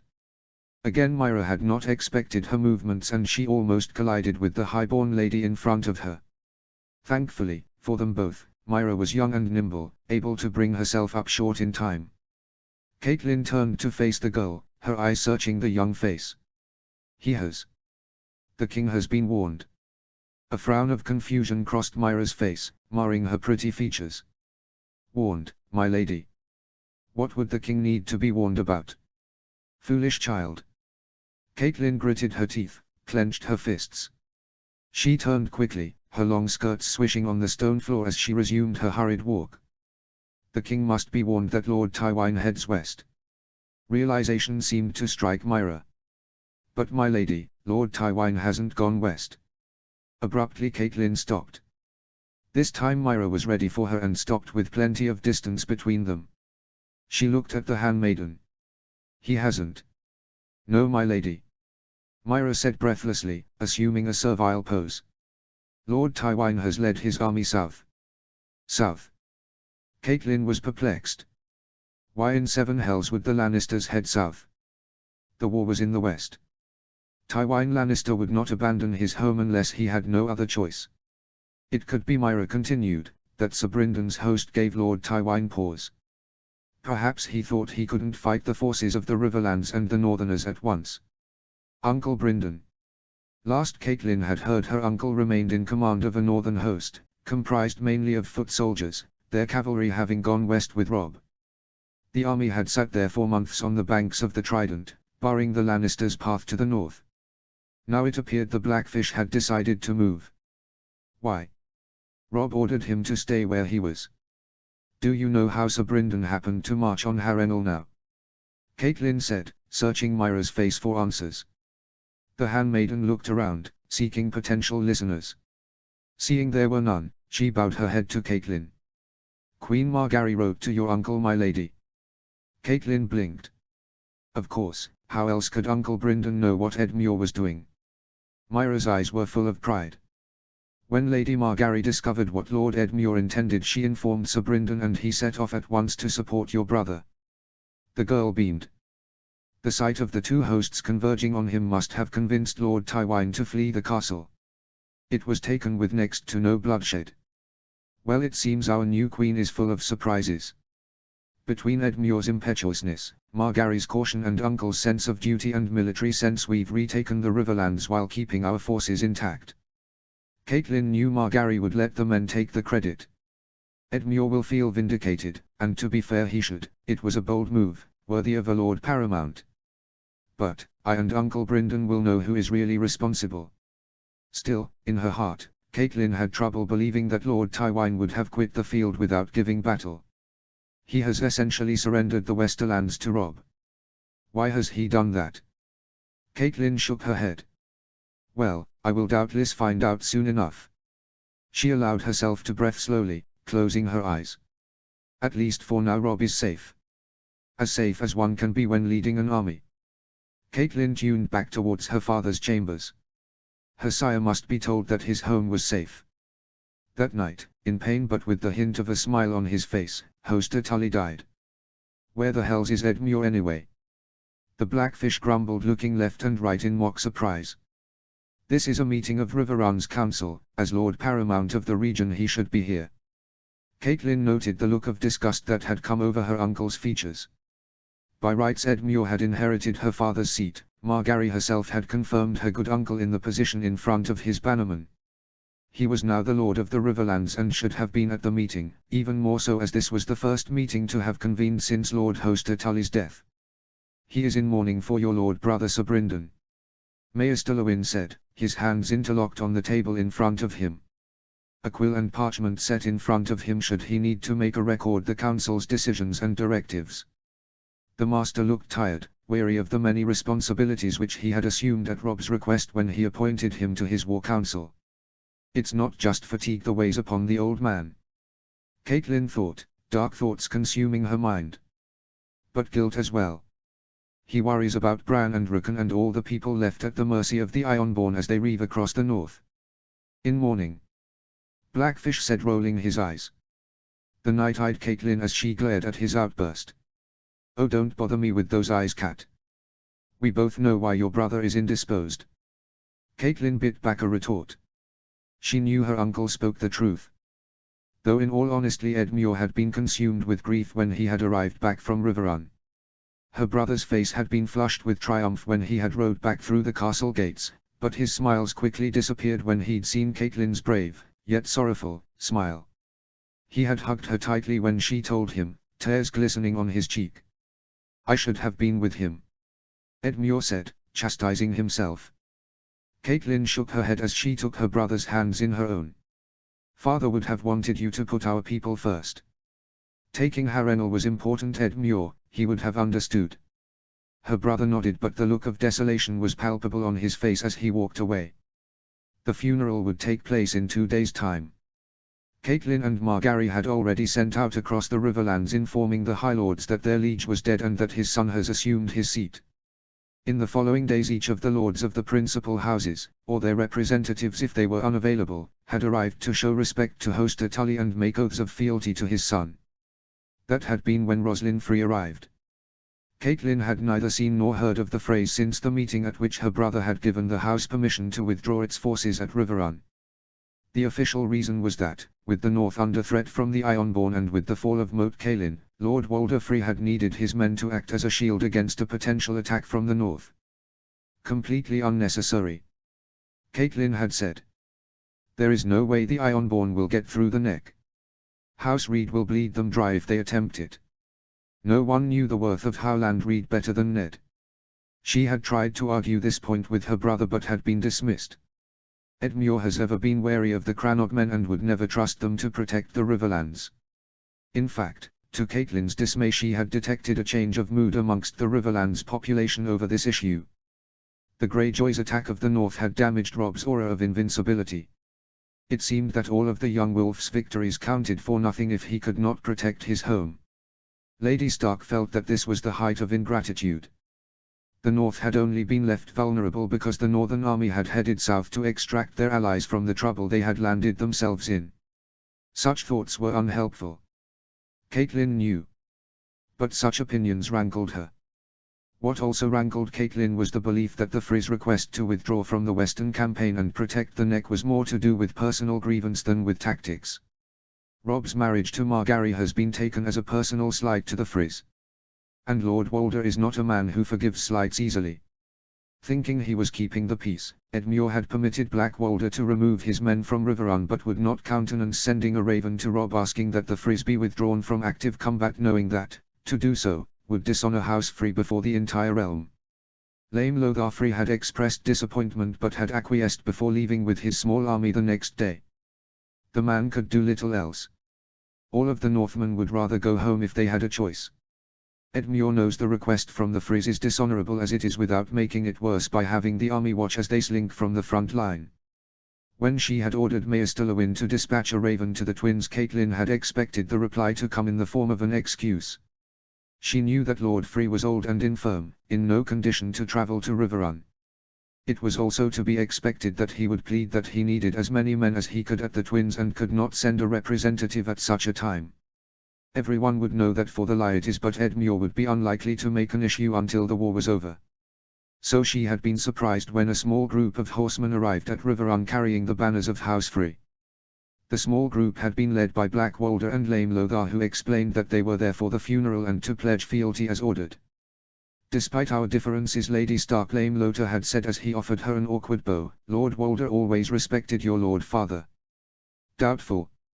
Still, Caitlin had been obliged to voice her thanks. Her attention had been diverted as a servant hurried to one of the horses and assisted the rider in dismounting. Once on the ground of the courtyard, the rider pulled back the hood of their cloak, revealing a pretty face and long brown hair. Ah, yes. Lothar Free said, hobbling forward. Lady Stark, I have the honor of introducing Roslyn Free, the daughter of Lord Walder and the jewel of our house. Caitlin sensed trouble. I pray, sir, tell me why your father felt the need to send the jewel of his house across country at a time of war. Lothar Free smiled ingratiatingly. My father had hopes that the new queen may be able to offer her a position at court. Perhaps as a handmaiden. The man looked expectantly at her. Do they mean to accomplish by stealth what they failed to do by extortion? Caitlin eyed the girl. Do they really think my son would be unfaithful to his wife a mere 2 months after their wedding and right under her very nose? She paused before addressing Lothar. Such decisions are the queen's, sir. You must take this matter to her. And Margaery is not foolish enough to allow a snake so close to her person. Roslyn Free smiled prettily and curtsied before being escorted inside the castle by her family. No good can come of this. Later that same day the Freys had entered the Great Hall. The men had knelt to offer their fealty to Caitlyn's brother both on a personal level and on behalf of their lord, Walder Free. The girl Roslyn had entered with her family, curtsied at the appropriate moment and then said nothing, merely stood demurely as men spoke around her. Caitlin had smiled to herself. Robb would never be interested in this girl. True, she was pretty, but there was simply no comparison between the Free and the Tyrell. Who would have Roslyn when you could have Margaery? Why have cotton when you could have silk? However, Caitlin had been wrong. Robb had not been the Free's intended target. Instead it appeared it was Edmure whose head was on the block. Figuratively speaking. It appears that the Freys have lowered their expectations. To Caitlyn's dismay, Edmure had been instantly smitten with Roslyn. He was unable to take his eyes from her as he accepted the oaths of fealty as they were offered by her family. After the formalities were done with, he had risen from his seat and had spent the rest of the day talking to the girl. This attention was continued the next day and the next, until it seemed Edmure was never without Roslyn by his side. He found excuses to attend her, to be with her, to the detriment of all else. Even council meetings. For her part, Roslyn seemed flattered by the attention her liege lord was so blatantly bestowing upon her. She smiled and jested with him and seemed delighted to be in his presence. A man needs little else than that. Caitlin had thought. A pretty face show them attention, laughs at their japes and their wet clay in their hands. As far as she could tell, Edmure had not tried to move their relationship on. Her brother had been at pains to act appropriately at all times with Riverrun's newest arrival. Caitlin suspected that it would not be long before that changed, but she could say nothing. Edmure was his own man and Lord Paramount besides. If he wanted to spend his time with the daughter of one of his bannermen, then no one would say a word of reproach. Of course, had Edmure been more attentive, he might have tried to stop Margaery's little plan with the Brackens and Blackwoods. Probably for the best that he's had his head turned, he'd only get in the way. Caitlin imagined that was why the Queen had accepted Roslyn Free's offer of service and added her to her household. The girl was officially one of Margaery's handmaidens, but, thus far, had not completed even a day's work in the Queen's service. Lord Edmure can do as he wishes. Margaery spoke, waking Caitlin from her revelry. It is good that he can smile in such a difficult time. Bah! Sir Brynden snorted. He should be here. His presence is unnecessary. Margaery soothed, Maester Lewin will ensure that Lord Edmure is informed of all that's going on here. As your grace commands. Lewin replied, nodding his head. The Blackfish looked slightly mollified, though Caitlin could tell that Edmure's irresponsibility irritated the old knight. "Good," Margaery said, ignoring the Brynden Tully's grumbling. "We move on." The Queen turned to the Maester. "Have we heard word from the crag?" "We have, your grace," Maester Lewin said, unrolling a small piece of parchment. "It arrived just as I was preparing to come to this meeting. It appears," the bald Maester said as he glanced down at the writing on the scroll, "that his grace is now recovered from his wound. He has left the crag to rejoin the Great Yon at Sarsfield." Relief swept through Caitlin. She knew that Robb had been injured while sieging the crag. The Great Yon had written to say that her son had taken a wound and had been bedbound. Robb would have been injured when he received the news of Winterfell, of Bran and Rickon. The blow had come in the middle of the night. A raven had arrived from the north carrying the gravest of news. Winterfell had been taken by the Ironborn. Ramsay Bolton, leading a contingent of fighters from the Dreadfort, had retaken the castle in short order, but Caitlyn's 2 younger sons were missing. Caitlyn has sobbed until dawn. She had locked herself away and refused to see anyone. Eventually Margaery had come to her chambers, refusing to leave until the older woman allowed her entry. Margaery had consoled her good mother, telling her that she had sent a host of men with Roose Bolton to the Twins with the command of finding a way of breaking through Moat Cailin and into the north. Moat Cailin has never fallen to an opposing force, Caitlin had said between sobs. "Maybe not," Margaery had said as she embraced the woman. "But if anyone can find a way and put the fear of the gods into the Ironborn, it's Roose Bolton. He will find a way through Moat Cailin. Then we'll find your boys. They are likely already dead," Caitlin whispered, the fear almost causing hysterics. Her good daughter did not shrink from Caitlin's haunted expression, knowing it had taken a great deal for the other woman to voice such fears. Margaery's gaze was steady as she looked deep into the eyes of Lady Stark. "The Ironborn are nothing more than thieves and pirates. They would never harm such valuable hostages. We will find them, I swear to you." Caitlin had nodded gratefully. With an effort she had pulled herself together and resumed tending to her father, the mundane tasks proving a slight distraction from her constant fear over her family. "How goes the campaign?" a voice asked from across the room. The group turned as one. They had not noticed one of the many side doors open. There before them was Edmure Tully, who quickly walked through the hall and took the vacant seat on Margaery's right hand. Lord Edmure Tully reached for a goblet. "Don't all get up at once," he jested. His uncle glowered. "Sorry boy, didn't recognize you without your shadow." Edmure's eyes tightened. "If you're referring to Lady Roslyn, then rest assured she's in her chamber resting from our ride." "I'm sure," Bryden Tully said sarcastically, glaring at his wayward nephew. "Though what exactly she was riding is a uncle," Caitlin said, shock making her lean forward in her seat. She looked imploringly between the two men. They should not be like this with father so recently gone. "That is an unworthy sentiment," Uncle Edmure said. His face had gone white with rage. "For your information, there is nothing untoward regarding my relationship with Lady Roslyn. She is nothing if not chaste and innocent." He sounds almost disappointed. "No one is saying otherwise, Lord Edmure." Margaery spoke, looking warningly at Brynden Tully. "I would take any such accusation against a handmaiden of mine incredibly seriously." Caitlin's uncle shifted uncomfortably in his chair. He looked at the Queen. "Apologies if I offended your grace." "No offense was taken, Sir Brynden." The Queen sat back in her chair, ignoring the two men as they stared in anger at one another. "I believe, Lord Edmure was asking how the campaign in the west was progressing." Maester Lewin took the hint and returned to his report. "Indeed, your grace." The man cleared his throat. "As I was saying, the king has rejoined the host at Sarsfield." "Sarsfield has fallen?" Edmure interrupted, surprised. "Pay attention, lad," Sir Brynden said, impatience in his voice. This latest earned him another look of anger from his nephew. Though Caitlin noted, her brother had grace enough to blush. "A week ago, my lord," Lewin offered up. "The castle yielded after a short siege." "Outstanding," Edmure said, smiling. "What does Robb intend to do next?" "The king," the Blackfish said pointedly. Plans to attack Casterly Rock itself. Gods be good. Edmure exclaimed, looking around the table. How in seven hells is he going to pull that one off? Lewin indicated the Queen.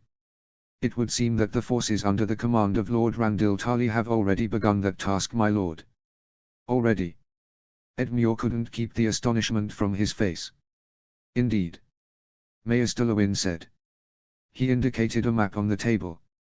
At the king's command, Lord Tarly launched an attack on Lannisport from the south and east. At the same time a host led by Sir Garland Tyrell, at this the Queen smiled warmly. Attacked Susfield. Casterly Rock dispatched reinforcements to both targets, but the respective relief forces were cut off by Sir Loras in the west and Lord Umber in the east. Both Susfield and Lannisport have now fallen to our forces. Maester Lewin sniffed.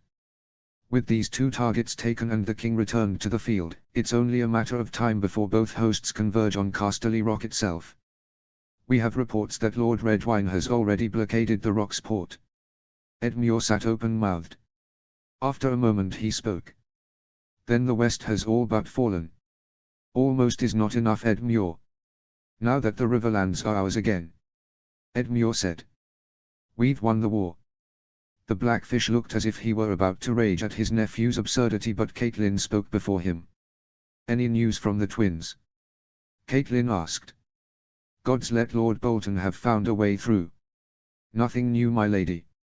Lewin said, his voice filled with grief. Lord Bolton reports that he has yet to find a way through Moat Cailin. But he is determined to find a way. A raven has been sent north ordering his son to prepare an attack on the moat's northern side where the defenses are less robust. Howland Reed continues to wage a campaign against the Ironborn who have control of the moat. Every day the Ironborn numbers lessen. Catelyn nodded silently. She shut her eyes and willed away the pain and fear. Soon, my sons. She felt a hand close over hers. Catelyn looked up into the Queen's compassionate face. Thank you, good sirs. Margaery said. I believe that is enough for today. We will reconvene tomorrow. If for no other reason than to hear Bracken's excuse for why he can't take the deal. Blackfish grumbled as he rose from his chair. Catelyn did not hear the rest of the men as they left the room. When she next opened her eyes she was alone with her good daughter. She made to stand. I should go as well, your grace. Please stay. Margaery said slowly. I have news for you. What news? Nothing serious, I hope. Catelyn knew her fear was evident. The tension of her body was excruciating. She felt like a bow being pulled taut before it lets fly.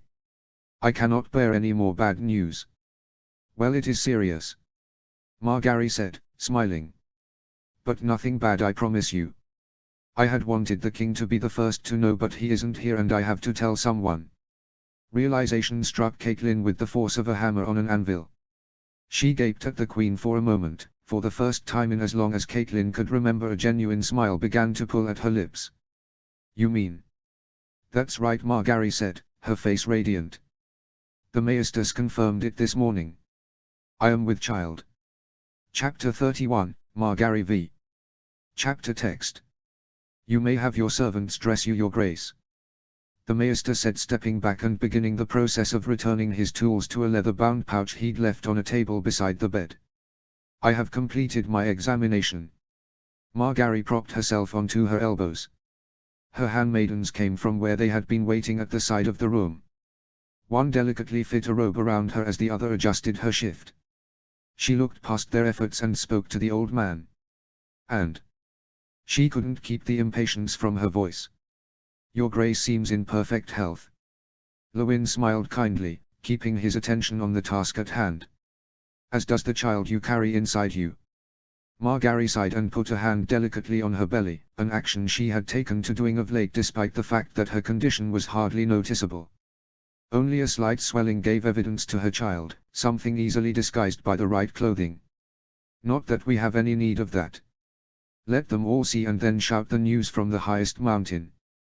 Margaery was eager that the news spread round the castle and the region as quickly as possible. She had insisted that the Maester Lewin examine her this morning rather than allow Sister Nesterica to perform the task. While she knew the Maester to be experienced in this area, there was also the fact that his appearance in her quarters at such an early hour would excite comment. The only conceivable reason for his presence was either that he had news, the Queen was ill, or that she was pregnant. Pregnancy is by far the juicier piece of gossip. It will be that possibility that others will focus on and enquire about. Margaery had instructed her handmaidens to expect questions to come their way over her condition.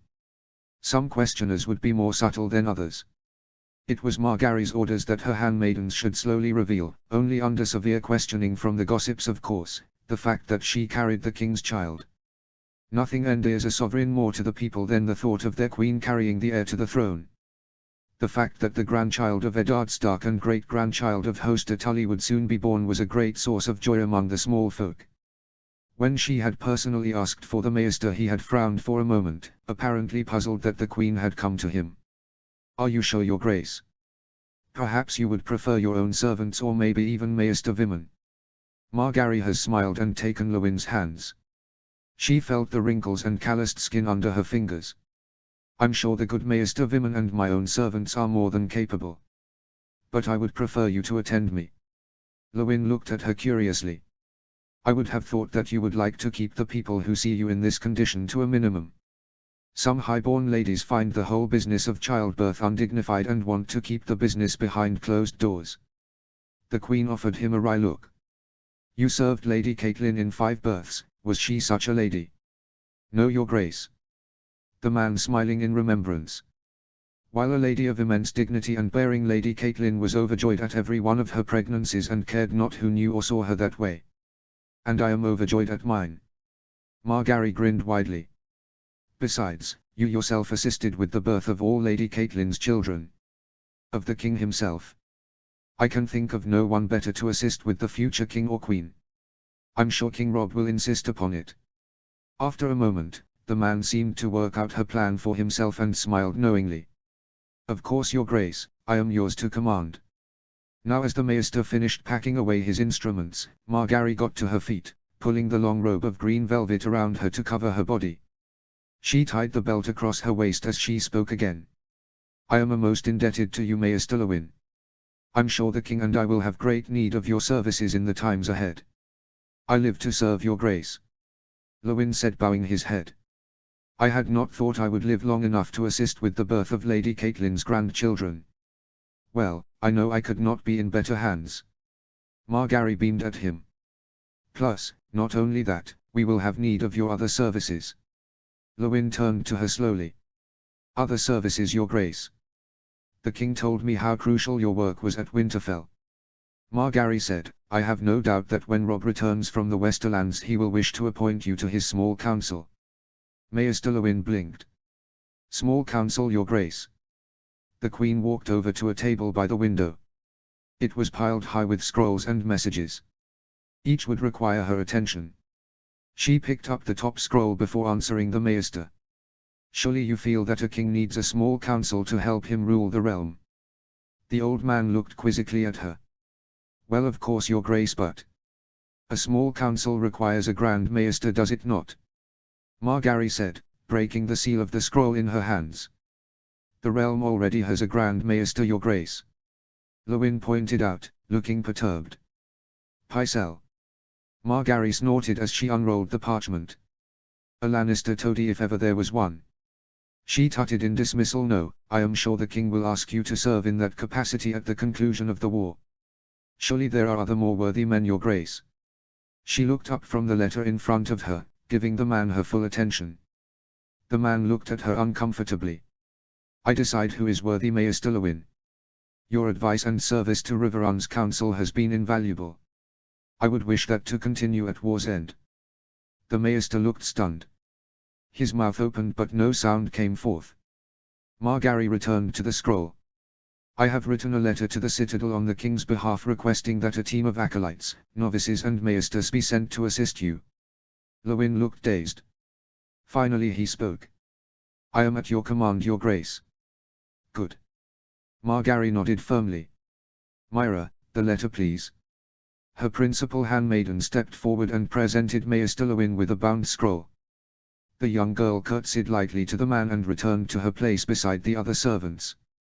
The Maester eyed the scroll warily. He slowly retracted his arm to study the seal.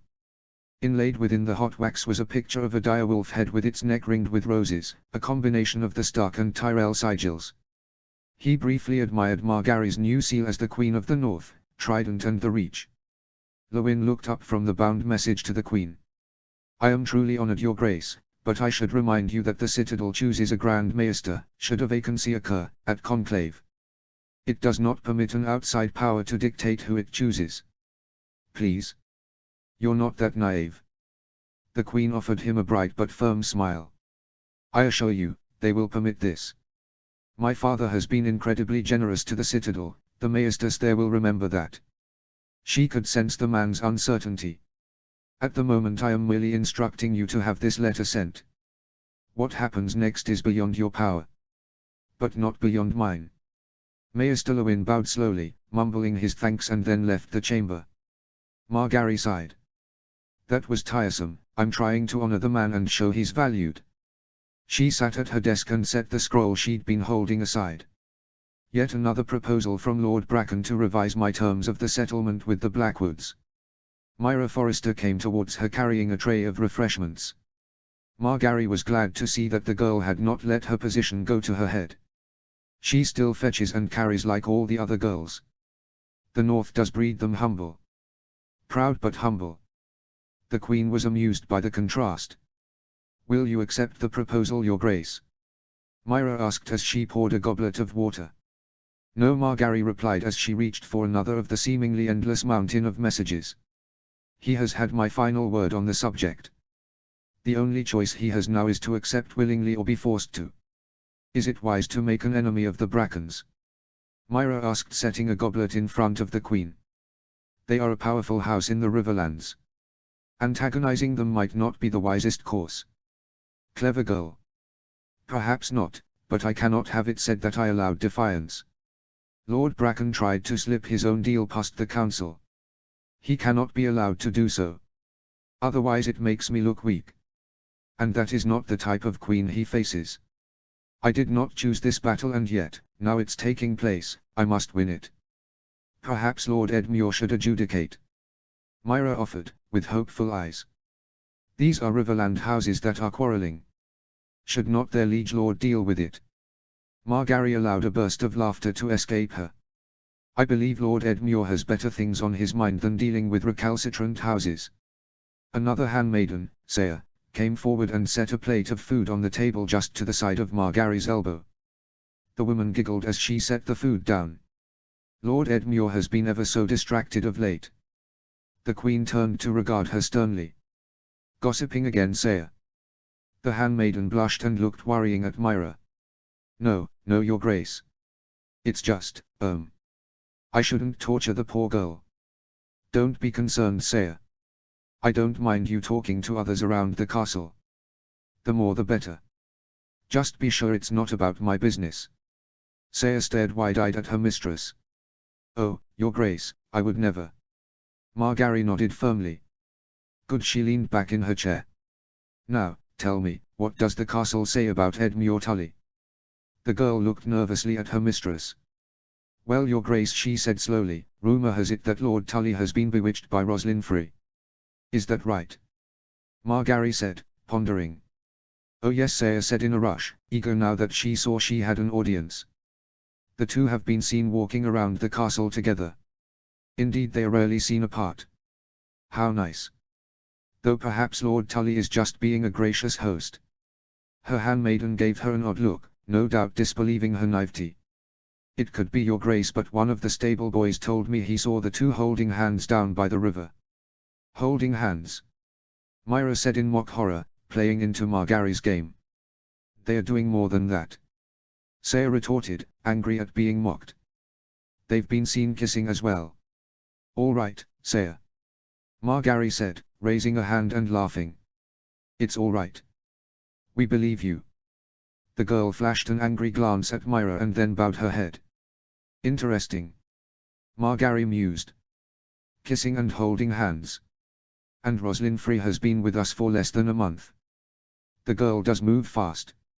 Margaery was not immediately concerned if Roslyn Free and Edmure Tully struck up an acquaintance. They can be wed for all I care.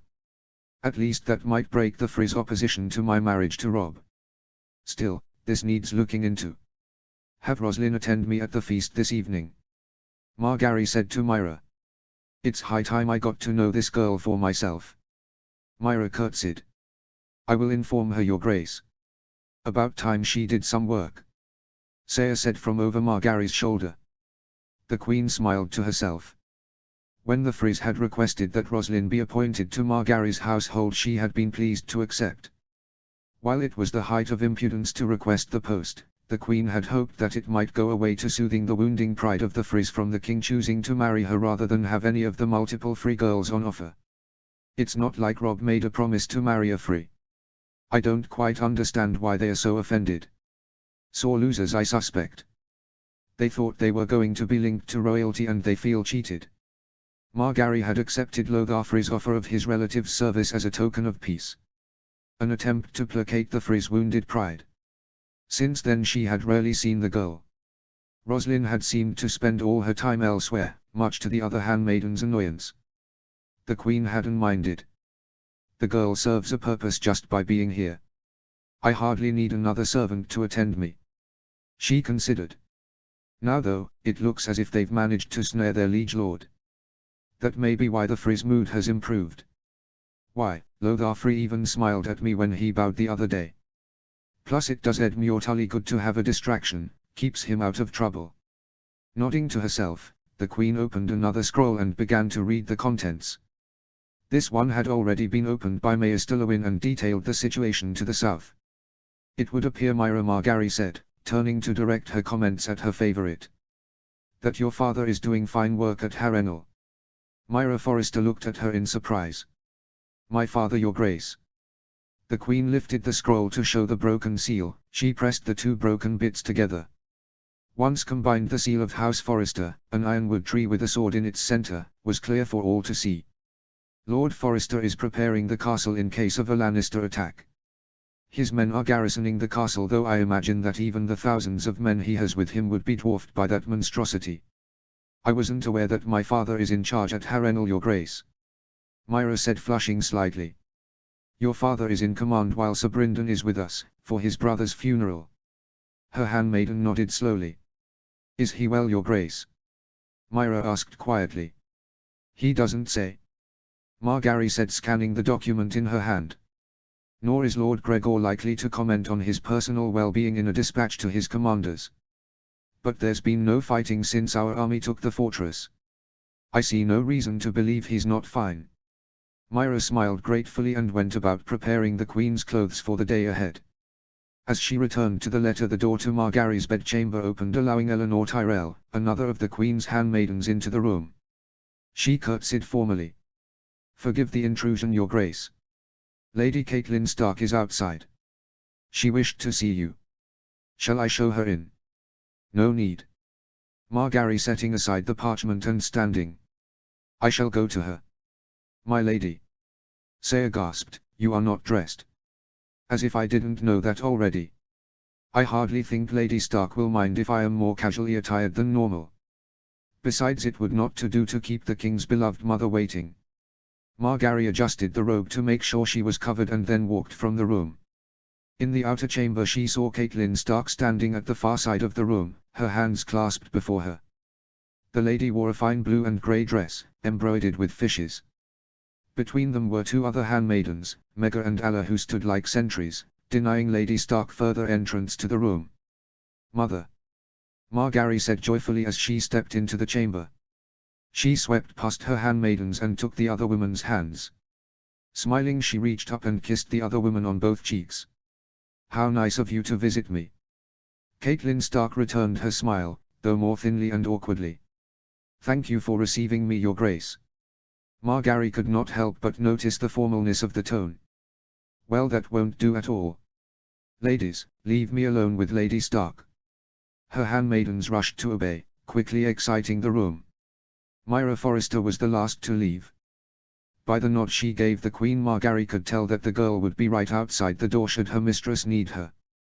Once they were alone, Catelyn seemed to relax slightly. Margaery indicated a set of chairs by the fireplace. The two women settled into their seats. I understand Mayor Stillowin was here earlier, there's nothing wrong I hope. Caitlin eyed the Queen's stomach anxiously. Gossip goes through the castle faster than a bird's flight. Oh, there was nothing wrong, Margaery replied. I just wanted to have Mayor Stillowin examine me. At Caitlin's skeptical look she explained further. Maester Vimen and Sister Nysterica confirmed I am with child of course. But Mayor Stillowin has had a great deal of experience with pregnancy. I would be foolish not to take advantage of his experience. Of course, Caitlin said, nodding in approval. Though Margaery could tell the other woman wasn't fooled. Lady Caitlin seemed distracted. Margaery let her gather her thoughts. Her husband and 4 of her children are missing, her eldest is in mortal danger. Her father is dead. I think she can be forgiven for her mind being elsewhere. I was surprised to hear about you being with child, Caitlin said, waking from her revelry. It is most rare for a bride to become pregnant on her wedding night. Where is she going with this? Does she believe I am making it up? No, that can't be right. Surely she realizes that I wouldn't have asked Mayor Stillowin to examine me had that been the case. Rare, but not unheard of, Margaery replied. After all, you yourself conceived the king on your wedding night if the stories are true. They are true, Caitlin allowed. It's just such a rare thing to have happen. Maybe not so rare. Robb is, after all, his father's son, Margaery said, forcing a smile. The Starks possess strong seed. Lady Stark smiled in return, but the expression died quickly. I was concerned that the dates would not match. If you and Robb perhaps started earlier than the wedding night. Margaery froze and then burst into laughter. Caitlin Stark regarded her stonily. She went on hurriedly, if that was the case then, of course we can do things to hide it, babes can come earlier than expected. I just thought you might like to make preparations. Gods be good, is that what she thinks? The Queen stopped her laughing with an effort. In truth the laughter had been one of nervous relief. This, at least, would be easy to deal with.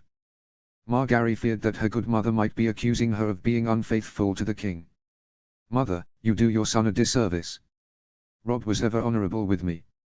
Too damned honorable in fact. Caitlin held her gaze for a second and then breathed out a sigh. Her head sagged slightly. My apologies, Your Grace. It's just that it is so unusual and rumors are wont to spread. I can assure you, my lady, Robb and I did nothing improper until our wedding night. Though it wasn't for lack of me trying. Caitlin nodded. As I say, I apologize. I know my son loves you and I would not want rumors and innuendo being spread just because of a little impatience at the beginning of your union. Margaery reached forward and took the other woman's hands. She smiled brightly as she looked firmly into Caitlin's eyes. I promise, my lady, that nothing like that occurred. While I would agree that Robb and I came dangerously close to impropriety, she saw Caitlin blush slightly. That was all it ever was. Caitlin Stark nodded in satisfaction. Good, I apologize again. Margaery spread her arms. No, no. Thank you. For protecting my honor. Caitlin fidgeted in her seat. Is Robb pleased with the news? The Queen smiled. I think so. Caitlin's eyes narrowed. You think so? I'd have expected my son to be overjoyed at the news of an heir. Margaery could not meet the other woman's eyes. He is doubtless distracted by the war, mother. I'm sure he's excited underneath. She could not bear to say that she had found Robb's reply to her letter quite unusual. He had expressed the right sentiment, joy at hearing the news, his hope that it would be a boy. But the tone was all wrong. Cold even. The older woman let out another deep sigh. It's all probably too much for him to take in. Too much has happened in such a short space of time. Ned and the girls are still missing. We have heard nothing from the north on Bran and Rickon, and Robb himself is in constant danger. I fear that my worry and concern led me to overstepping my bounds. Margaery patted her arm reassuringly. There is no need to reproach yourself, mother. Robb's reign will mark a new era for Westeros, a golden era. It's important that it begins well. Well as can be expected when the nation is in the midst of a civil war. Caitlin nodded again, She glanced over Margary's shoulder towards the open window that looked down onto the Trident. My father's funeral will be held soon. The Queen was surprised by the change of topic. What can I usefully say to that? I am so sorry for your loss, my lady. Lady Stark blinked back tears. Has there been any word from the north, from the twins? The Queen pursed her lips. Not so far, my lady. Though with the king on his way here, I imagine it won't be long before he leads a campaign to reclaim the north. I admit, Catelyn confessed, shame creeping into her voice, that I am glad he will shortly be here, though I fear that leaving the campaign in the Westerlands unfinished will be a decision that comes back to haunt him. I see no harm in what's he doing, Margaery replied. The Westerlands is all but conquered. All except Casterly Rock. Catelyn countered, her eyes hard. Surely Robb needs all his troops in the west to complete the conquest. Does she not want someone to save her boys? To liberate the north? The woman is quite the contradiction. The castle is under siege, Margaery pointed out. Lord Tarly has been left in command. Robb believes there is only a small force garrisoning the castle. It has to yield at some point. Stannis Baratheon held Storm's End for months and never yielded. Catelyn said bitterly. Gods, she is relentlessly morose. But then in her place I suppose I would be too. I assure you, my lady, Randyll Tarly is an able man. He will bring the Lion to heel. And accomplish what no one ever has. The capture of Casterly Rock. Catelyn smiled, but it lacked warmth and depth. I just worry for my family. Leaving a big target untaken in the west seems like an error. You'd think she'd be comforted that the northern armies are about to hammer the Ironborn. Find her sons. But Catelyn went on. I am relieved that Robb is about to push the Greyjoys from the north. Well, exactly. There is no way the Ironborn will be able to fight Robb, my lady, they simply don't have the men. Catelyn nodded slowly. She looked steadily at the Queen. When Robb has secured the north, what do you think he'll mean to do next? Margaery considered. I believe that, providing by then that Casterly Rock has fallen, he'll link up with Lords Tarly and Redwyne and launch a two-pronged attack on the Iron Islands. Really?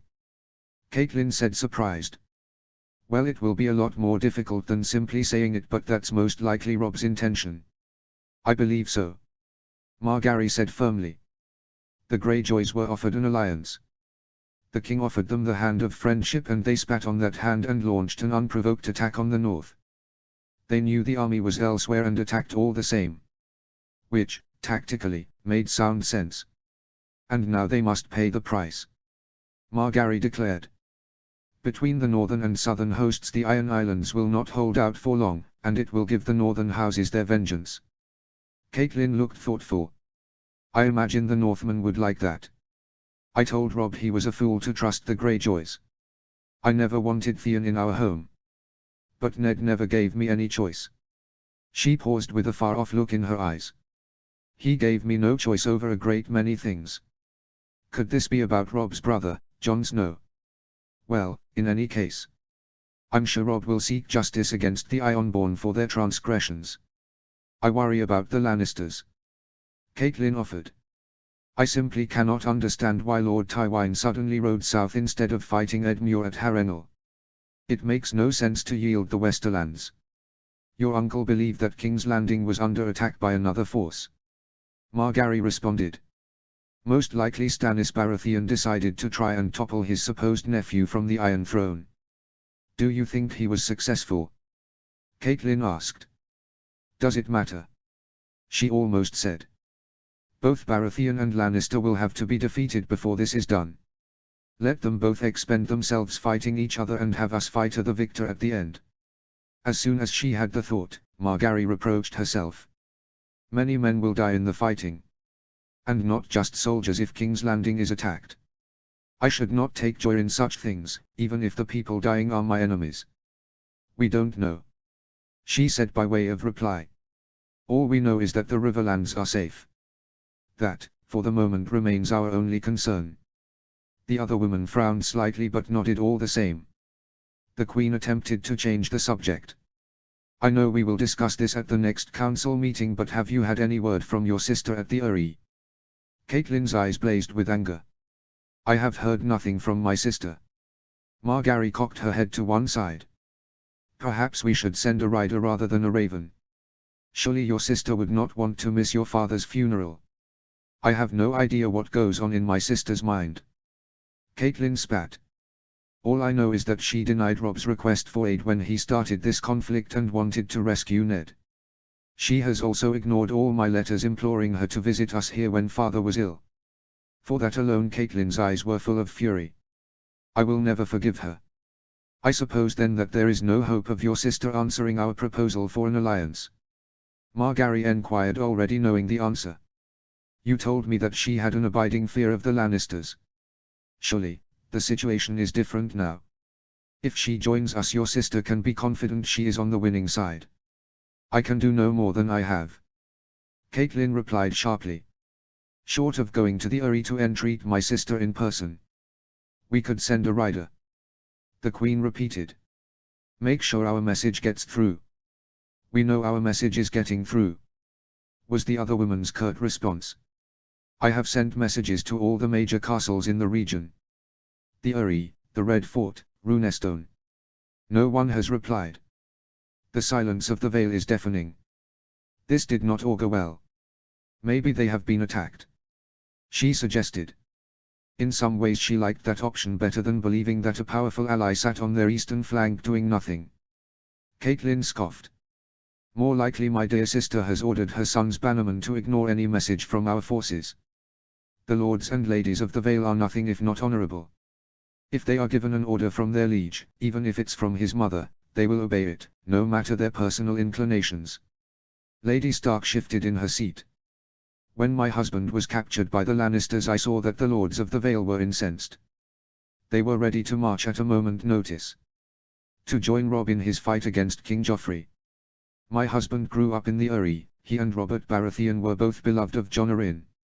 Indeed, some people say it was Lord Arryn's refusal to hand over his wards to the Mad King that started the war.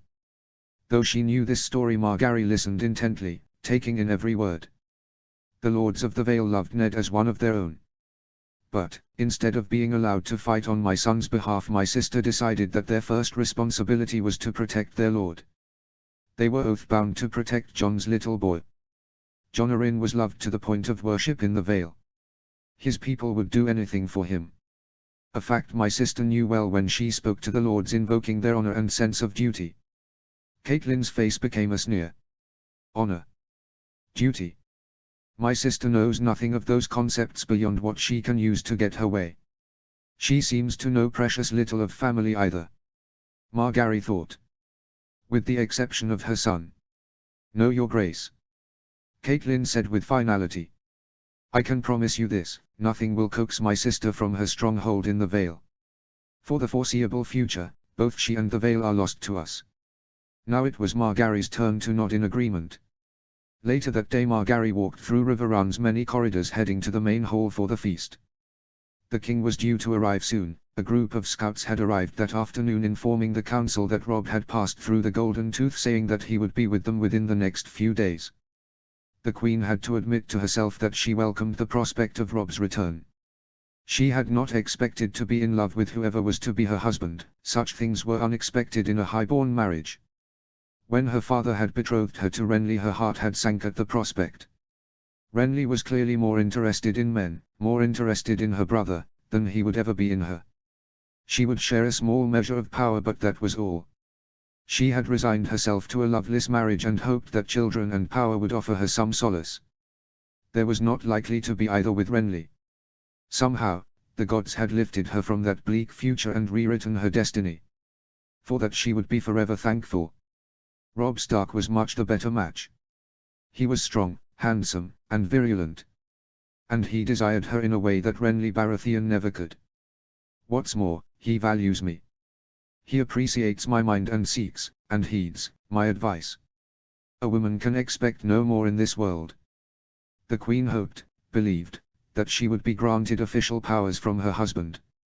The power to act autonomously on his behalf. Robb knows he is an awful politician. He is from a culture that is blunt talking and honest speaking. That will do him no good on the throne. He needs me and he knows it. Robb is a warrior, a conqueror. Let him be Aegon while I be his Visenya. She paused in her thoughts. And Rhaenys, let's not forget her. Aegon ever desired his younger queen, as she desired him. As I desire Robb. Margaery's hand went to her belly and stroked affectionately. Soon, my child, your father will be back with us. Her efforts had yielded fruit. During the day, whenever she had ventured from her rooms on some business or other, Margaery had seen servants looking at her in an odd fashion and talking to themselves in muted tones. I see the tale that the queen is with child has done the rounds. I must remember to applaud my handmaidens. The thought of his return excited the queen. Margaery absently stroked her belly, remembering the night her unborn child was conceived. The king, still wearing his wedding finery, had entered their bedchamber that has been especially set aside for this purpose. The sound of the feast in the great hall below could be heard through the floor. The chamber was darker than the last room he was in. She could see him pause, try to get used to the diminished light. Margaery thought he looked unsteady on his feet. This surprised her. Robb had been strict with himself at the feast, only drinking at toasts, and even then just sips. He hadn't wanted to hinder events that were due to occur later. He shouldn't be drunk. She quickly realized that this was uncertainty. Robb had never been in this room before and was cautious not to embarrass himself by falling over a stray chair or table that he didn't know was there. She smiled to herself. He doesn't want to appear foolish in front of me. Her husband's eyes were drawn to the back wall of the room. There, surrounded by silk sheets as she reclined on the bed, was his new wife. She had dispensed with her wedding dress and lay in just her small clothes, her hair fanned out across one of the pillows. For a moment he could do nothing but stare. He drank her in, overwhelmed by the sight of her. Margaery broke the silence by reaching for him. Come to me, my love. Robb needed no second telling. He closed the chamber door behind him and walked, as if in a trance, to the bed. He started to reach over his head to remove his cloak. Margaery pushed herself upwards and moved to help him, rising from the pillows and pushing her body against his. Her hands then circled his neck as they removed the cloak and brought Robb's lips to hers. Her tongue pushed against his mouth and he allowed it to enter, massaging it with his own. She moaned softly in appreciation. She felt his manhood harden as he covered her face and neck with kisses. Margaery pushed his head down. Not needing prompting, he discarded the upper part of his wife's small clothes and took a nipple into his mouth. She gasped at the sensation. Wanting to get the same reaction, Robb moved his head and did the same to her other breast. She groaned at the attention. Her hand found the buttons on his tunic and to begin to work at undoing them. Eager to assist, Robb unbuttoned a few himself and then stepped slightly back to remove the rest of his clothes. Lying backwards in the bed, Margaery watched appreciatively as her husband divested himself of his clothing. Within moments he was naked before her. She looked him over, a smile curling her lips. My, as handsome out of his clothes as he is in them. Maybe more so. Robb stared at her again. Gods, you are beautiful. She offered him a wide smile. I am all yours, my love. Now and always. Now and always. Robb whispered as he leaned over, joining her on the bed. He kissed up her thigh and across her belly, skirted her breasts. He licked her neck and then sought her lips. As their mouths met and their tongues battled each other, Robb gathered Margaery in his arms. For a long moment they kissed deeply, exploring each other's mouths. It was Robb who broke the embrace.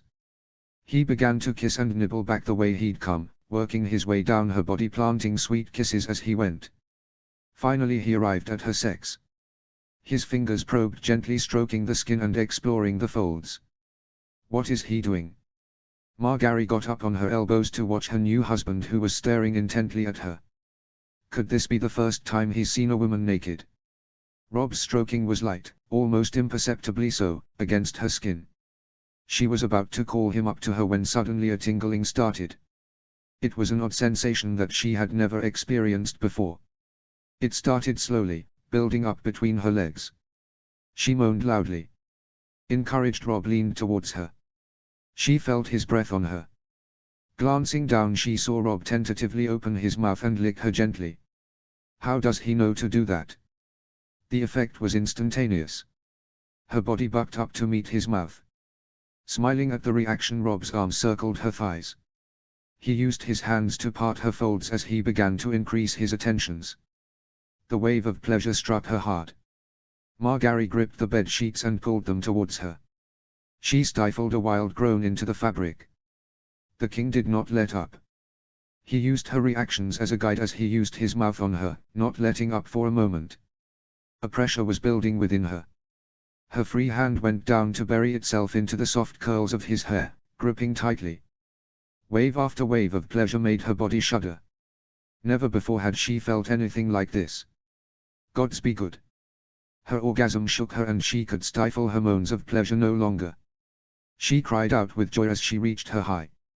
She briefly came off the bed, her body rigid, and then sank back on the soft pillow. Her eyes were closed, her mind empty. She felt pleasurably numb all over save for the waves of pleasure that were slowly dissipating. Rob made his way up to her, he was looking intently at her.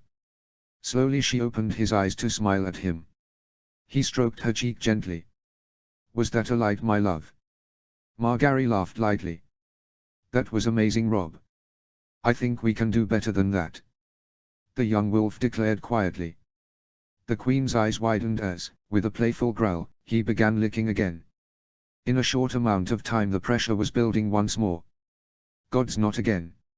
However, just as she reached her high again, she groaned from the denied release. Rob pulled back and looked up at her. Instinctively she looked at him. An understanding passed between them. She nodded slightly, nerves getting the better of her. Rob understood and kissed her knee as he pulled himself up, lining his legs up with hers. He smiled kindly.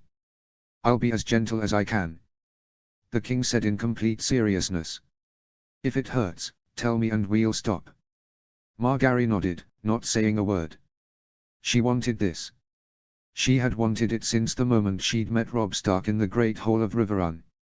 Now it was time to make him hers. The queen spread her legs gently, maintaining eye contact with her lord. Robb moved forward, moving his legs inside of her own. He positioned his manhood at her entrance. She felt the harness of it against her. I love you, Robb said gently, his voice husky with lust. And are you? Margaery replied. They maintained eye contact as Robb entered her slowly. Margaery hissed in pain at the unfamiliar sensation. But this quickly passed as her husband leaned forward and kissed her gently. She returned the kiss as he pushed deeper inside her. What pain there had been was replaced with pleasure as Robb pushed slowly. She gasped as she became full of him. With a jolt she realized that her king was fully inside of her. They paused for a moment, savoring the sensations and looking lovingly at one another. Robb then withdrew, pulling his manhood out with glacial slowness. Then, just as abruptly, he began to fill her again. They moaned in concert, enjoying the moment. Then things happened quickly. The rhythm of their love-making increased. Became more frantic. Both pushed together and apart quickly. Margaery looped her arms around Robb's head and pulled him towards her. Robb grunted in acknowledgement and worked to get as deeply inside her as he could. The chamber echoed with the sound of the couple enjoying each other for the first time. The air filled with moans, groans, the sounds of flesh on flesh. Soon. Too soon. Robb shuddered in pleasure. He groaned loudly. Something primal, animalistic. She felt him spill his seed inside her, filling her up. She sighed in pleasure, thinking they were done. But Robb was far from finished. As he withdrew partly from her, the king reached down and stroked her clit gently, using their sweat and juices as lubricant. Within seconds he pushed her over the edge for a second time that night. Gods. Breathing hard, the king pushed himself down beside her. He kissed her face. Is my queen satisfied? He asked. She smiled widely. Gods, yes. Where did you learn to do that? Margaery couldn't make out the king's expression in the light. Did he blanch? It suddenly struck her that Robb may not be her first. The queen had never really considered the king's experience before. As far as the realm was concerned, only a woman's purity was an issue on the wedding night. It had never occurred to her to make enquiries. No, that wasn't true. If I was honest, I didn't want the answer, the knowledge that my husband has belonged to another before me. For her part, Margary's experience had been limited to chaste kisses with stable boys. Her knowledge of sexual matters was purely down to conversations with those with more experience. I talk a good game, but, until today, I was as innocent as a septon. Rob moved up to her face and kissed her cheek. I learned a lot from talking to my friends. To Theon. His face took on a sad, yet angry, expression at the mention of his former friend. Listening to their drunken boasts at feasts. I don't believe that. Gods, I should never have started this. Are you saying that the heir to Winterfell never had dalliances with some highborn lady? Her husband sat back on the bed, his eyes wide with shock. Never, my love. Margaery reached up and ran her hand through his hair. Not even a serving girl. She said it in a teasing tone, unwilling to let him see how the answer might hurt her. The king shook his head. Margaery, I swear to you, there's been no one but you. She yearned to believe him, but still a suspicion lingered. Surely your friends took you whoring. Rob recoiled from her in horror. She reached and took hold of his hands. I apologize, Your Grace, I know a wife shouldn't speak of such things. Give him a way out. I don't mind if you have, I believe it's natural for a young man. Rob suddenly took her head in his hands. His fingers framed her face as he looked deeply into her eyes. I swear by the old gods and the new that there has been no one. True, I went to Winterfell's brothels. Theon and Jon came with me, but I just sat and talked to the girl they'd paid for. Does he take me for a fool? How else could he be able to do what he had tonight? Were you not interested in what was on offer? Margaery said, allowing reproach to edge into her voice. I was. Rob said, the admission seemingly hard for him. I hadn't wanted to be there, but Theon insisted. Said we weren't real men until we'd bedded a girl. But, when it came to it, I couldn't do it. My brother is the product of my father betraying my mother. I hate to think of him like that, but it's the truth. The king swallowed, he pulled her in close. Jon is a bastard. That is something he's had to live with all his life. I couldn't risk doing that to a child, of getting some whore pregnant. It doesn't sound like Jon felt the same way, if he was there with the rest of you. Margaery pointed out. Rob kissed her forehead. He'd kill me for saying this, but I don't think he had his girl either. For much the same reasons. So the king was a virgin before tonight. Margaery said, relief and joy crossing his face. Before tonight. Rob said, holding her tightly. Was I, all right? Margaery looked up, saw the doubt and fear on her husband's face. It was this that convinced her. It was the fear of the innocent.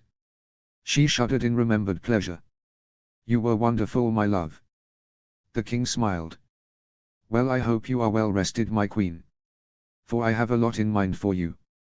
She grinned at him. Really? I believe I may have created a monster. A glint appeared in her eye, a wolf in sheep's clothing. Rob chuckled and looked at her lustily. You forget, after today, you're a wolf as well. Smiling at the memory, Margaery returned to her chambers. It had just gone midnight. She nodded to the guards as they admitted her, waved off her handmaidens as she entered. The hearth fire burned keenly, heating the chamber. She stood in front of it for a moment, letting it warm her. A good evening. I swear I will make the Riverlanders love me yet. She heard a sound from the inner bedchamber. She walked into the room, which was lit by several candles. Here Margaery identified the source of the sound that had disturbed her thoughts. In a corner, Saya and Myra were sat talking to one another in hushed tones. Even though the light was low, Margaery could see that Saya was, or had been, crying. Upon seeing their mistress enter the room, the two girls stood from their chairs and curtsied abruptly. Saya. What on earth's the matter? The girl did not rise from her curtsy. It's nothing, Your Grace. Saya, Margaery said warningly, but kindly. Do not lie to me. You've been crying and I would know the reason why. Honestly, it's nothing, Your Grace. Saya cried, still not looking up. It's just me being silly. The queen turned to the other handmaiden. Myra. Her principal handmaiden rose from her curtsy. She looked nervously between Margaery and Saya. Your Grace. A flash of anger crossed Margaery's face. Do not play games with me, Myra. I won't have it. You know I am asking you a question, I charge you on your honor to answer. What is going on? Myra straightened. She looked straight at her mistress unblinking. Saya has heard a rumor going around the castle, Your Grace. It's upset her. The queen felt the beginnings of a headache. She reached gingerly to massage her temple with her fingers. I see. She replied, closing her eyes to the pain as she soothed her head. What was this rumor? It's nothing but lies, Your Grace. Myra said firmly. To her side Saya nodded vigorously. Well, lies or not, it was enough to upset you, Saya, she looked to the other girl. And enough to concern you, Myra. So what was it? Myra glanced at Saya. The other girl kept her eyes downcast, refusing to look up. The Forrester girl paused for a moment and then looked at the queen. She took a deep breath and then spoke. There is a rumor, Your Grace. Myra started haltingly.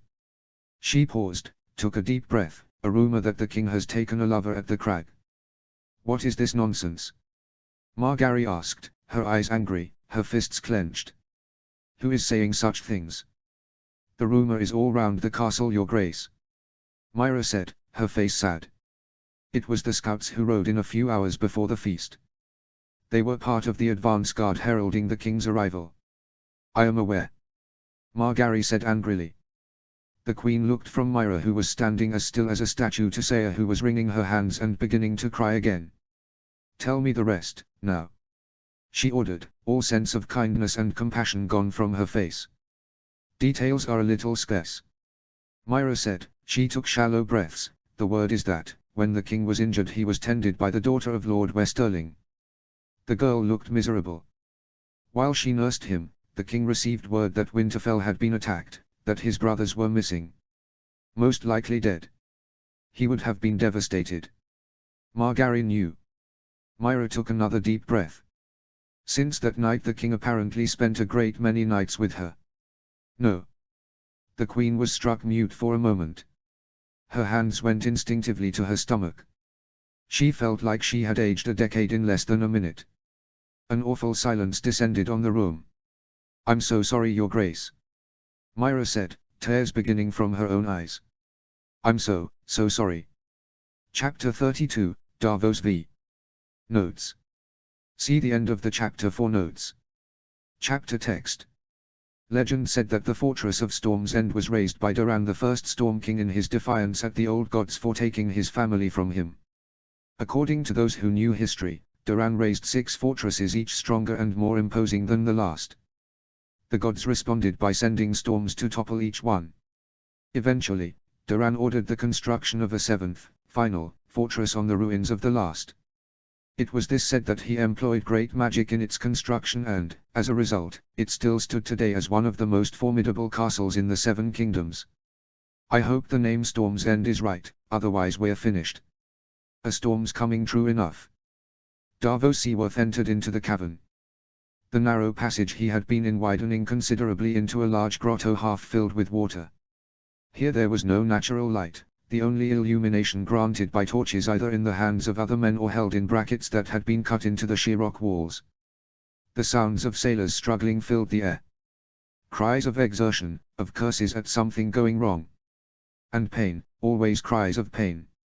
Ahead of him a longboat was coming shore, gliding into place among the mud and silt. It was a small craft, barely 30 feet long. Its small sail was down, the better to help navigate through the small channel from the open sea. A line was thrown from the ship to a group of waiting men who stood in the shallow depths, the water spilling around them as they waited impatiently. A man caught the heavy rope and began the task of guiding the boat to shore. Davos walked out to join the soaked group. He was careful to keep an eye on the uneven floor as he made his way towards the waterline. I don't need to fall on the sharp rocks and add myself to the long list of the injured. Any burns among the wounded? The knight called out as waded into the water, his voice echoing on the stone surface around them. No, sir. The commander of the longboat replied, his voice haggard. Just the normal. Normal. Gods, what counts for normal these days? How many do you have with you? The commander looked around, directing a torch over the boat. About 50, my lord, though some can walk. Davos leaned over to one of the waiting men who stood with him in the water. We need more men down here. Go back to the surface and tell my son. The man nodded and hurried away. Davos did not watch him go. He caught a rope that had been thrown by one of the ship's crew. Within moments he had clambered aboard. He looked grimly at the throng of wounded men who either lay or sat haphazardly among the small wooden space. Like chickens in a coop. Those who could looked up at him, though in the darkness they looked eerily similar, had the same haunted expression on their faces. Right, lads, those of you who can walk should get over the side and follow the trail of torches up to the surface. There's food and aid waiting for you. A few, too damned few, of the men rose to their feet and began to disembark. Each sported one kind of wound or another, though, in the harsh light, it was hard for Davos to determine the exact nature of their injuries. Well, they can walk, that's something. Davos called over to the men still waiting in the water.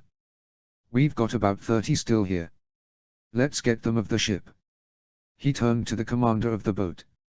Captain, your crew's assistance will be needed. The man nodded despondently and motioned his crew to begin lifting injured soldiers off the deck of the boat and to the waiting men in the water.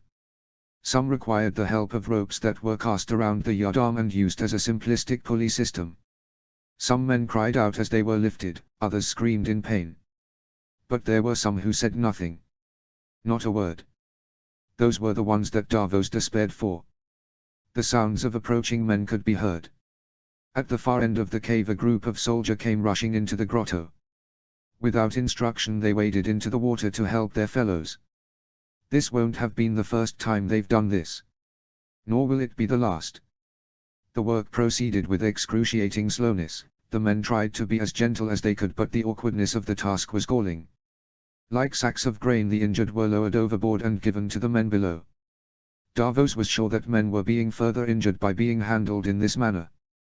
But there is no other way. They need proper assistance from the maesters and septons upstairs, and this is the fastest method of getting them into the castle. Gradually the vessel emptied of men. Davos looked around and saw a prone, shroud-covered, figure at the very end of the boat. It was left unattended by the others. Leave him, my lord. A crew member advised as he saw Davos make for the figure. Poor bastard's done for. We were going to dump him at sea, but we couldn't get round the others to do it. With a sense of trepidation Davos stepped forward and knelt by the figure. Bracing himself against any possible sight he reached down and pulled the shroud back gently. Foul-smelling smoke escaped the corpse as the cover was removed, the arid scent burning his nostrils. Normally Davos would have recoiled in revulsion. But I've seen so many of these this past fortnight. The man's face was a mass of burnt flesh. His hair was gone, one eye scoured out. There was nothing left of the lips. The skin was black and red, brittle to the touch. Like burnt bread. He looked round to the ship's crew who were standing a good distance away, the better to avoid the god's awful smell. What did this man die of? The sailor who had advised him to leave the body where it was looked at him in disbelief, the effect sinister in the torchlight. He's burnt to buggery, my lord. Yes, he is. Davos agreed, looking back down to the corpse. But that is not what killed him, is it? Another member of the crew stepped forward cautiously. He was wide-eyed. No, my lord. Old Harrod here was run through by a gold cloak as we withdrew from the city. Cut down the man who got him and 5 others before the retreat was sounded. He made it back to the boat but was complaining of his wound, and so we brought him here for treatment. Poor bastard died as we came ashore. Davos acknowledged the man. He stood and looked over the side of the ship. One more. He yelled to the men below. But he's dead, my lord. The captain said, puzzled. It's a waste of effort to carry him up to the castle. We'll bury him at sea. No, you won't, Davos replied as he climbed over the side of the ship. He spoke to his men as they moved into position to receive the body.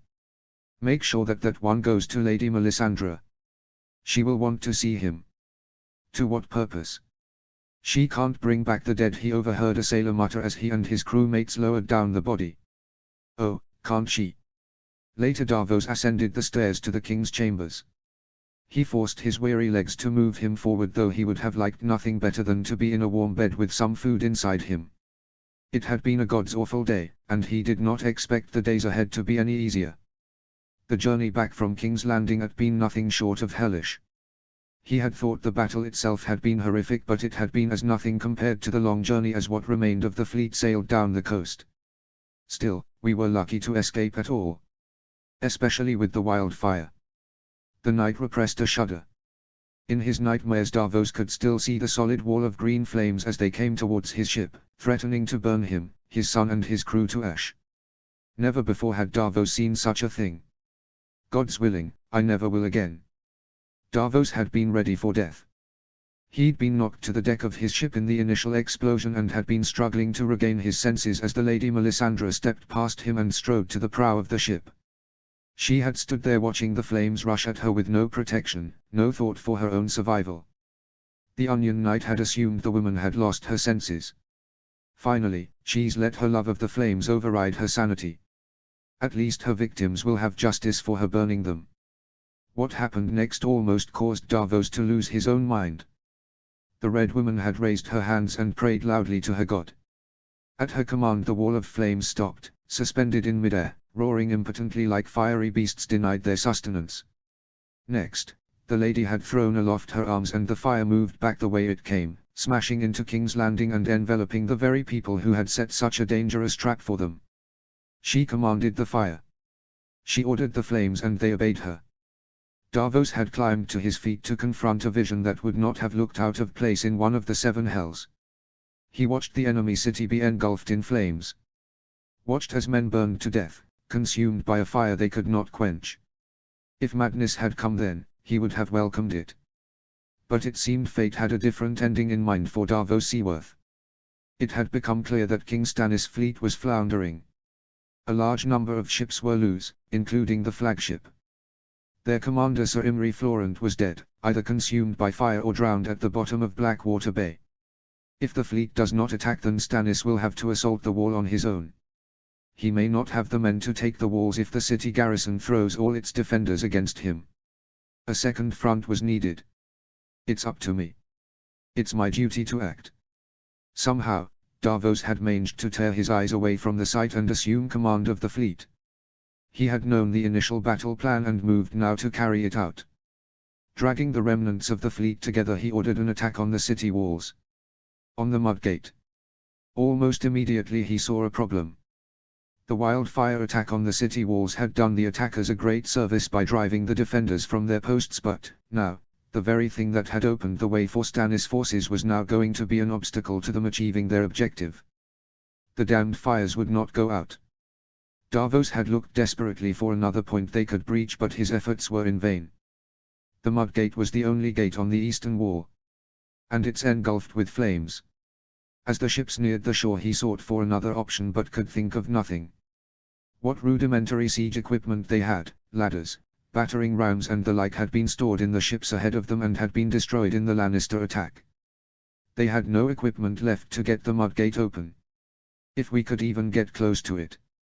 Which, of course, we can't. Then, fate, or the Red God, interceded once again. As they passed a burning wreckage floating on the waters of the bay, Melisandre had raised an arm and waved it towards the burning pyre that was once a noble vessel of the king's fleet. A futile gesture. Is she saluting the fallen or just bearing them a farewell? It had taken every shred of his self-control to keep his mouth from falling open when the fires consuming the wreckage had gone out. Snuffed out as if they had never been. The only remaining evidence that a fire had been there at all was the smoke that drifted idly upwards into the warm night air. He'd stared for what seemed like an eternity, trying to piece together what he had seen. His mind could not wrap itself around it. But, even then he had got a hold of himself and stepped to the Red Woman's side. She was gazing at her hands in awe, her eyes riveted as if seeing the limbs for the first time. A nice trick. He'd muttered, watching the smoking wreckage. Somehow he managed to inject humor into his voice. If you have it in you, I have a favor to ask this lord of yours. Melisandre had drawn her eyes from her hands and looked curiously at him. He's your lord as well, Sir Davos. Perhaps, he replied. But as I say, You have a favor to ask, Melisandre stated, a small smile on her lips. Davos shifted uncomfortably. He indicated the mud gate. The city walls, my lady. She merely looked at him quizzically. We cannot pass the flames. He pointed out hurriedly. They were almost at the shore, his men would want instructions and he couldn't think of what to tell them. Oh, she replied, turning absently to look at the city walls again. Well, that should be no problem. The priestess of the Lord of Light raised a hand towards the city. She started to move and then turned back to him. He needs your belief, Sir Davos. Sir Davos Seaworth looked at her askance. Beg pardon, my lady. The woman smiled widely, though there was seriousness in her tone. The Lord of Light will only answer our prayers if we believe in our hearts that he is there and that we all must serve him. The boats were mere meters from the shore. Is now best time to have this argument, my lady? There is no need for an argument, Melisandre replied, serene confidence radiating from her. Just say you believe. Davos railed internally at the blackmail, thought desperately for another solution to this conundrum. He would be damned to all seven hells if he would believe in a god that required human sacrifice and yet may or may not exist. But then he glanced across the bay at the remnants of the fleet, at the burning walls of the city. How else can I explain tonight without the Lord of Light? Yes, he whispered, hating himself. One of Melisandre's eyebrows arched as she regarded him. Yes, what? Yes, he hissed. I believe. Damn you. Then watch, Melisandre declared, turning and waving her arm. A reward for your belief. As she motioned in the air, the flames burning the city guttered and died. Just as they had on the wreckage a few moments before, but now on a much larger scale. 1 minute flames were consuming the eastern wall of King's Landing, then the large stone wall stood alone, smoking but completely absent of flame. As if to further demonstrate his power, it seemed as if the Red God granted them another boon. The mudgate, its foundations and supports eroded by the fire, suddenly groaned and collapsed. An entire section of a wall suddenly came apart and fell, like an avalanche, to the muddy floor below. The way was open. The city was ripe for the taking. Concentrate on the target and only that. Shaking, Davos did not allow himself to think. The knight unsheathed his sword and hollered into the night. Take the city. The crew of both his and surrounding ships yelled in unison. As one, the ships ran aground and the troops disembarked, sprinting towards the hole in the city walls. Davos ordered the ships to get off the shore as soon as they could. They were needed on the opposite bank, to ferry Stannis' waiting troops into the breach.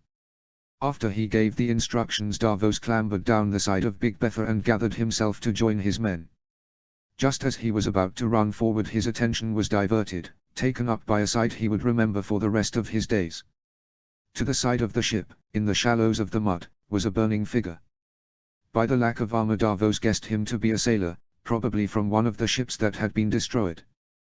Clearly the unfortunate soul had come into contact with wildfire either before or after his entry into the black water and had been quickly consumed by it as the man had swam towards shore. Whether he died of the fire before or after he reached the shore we will never know.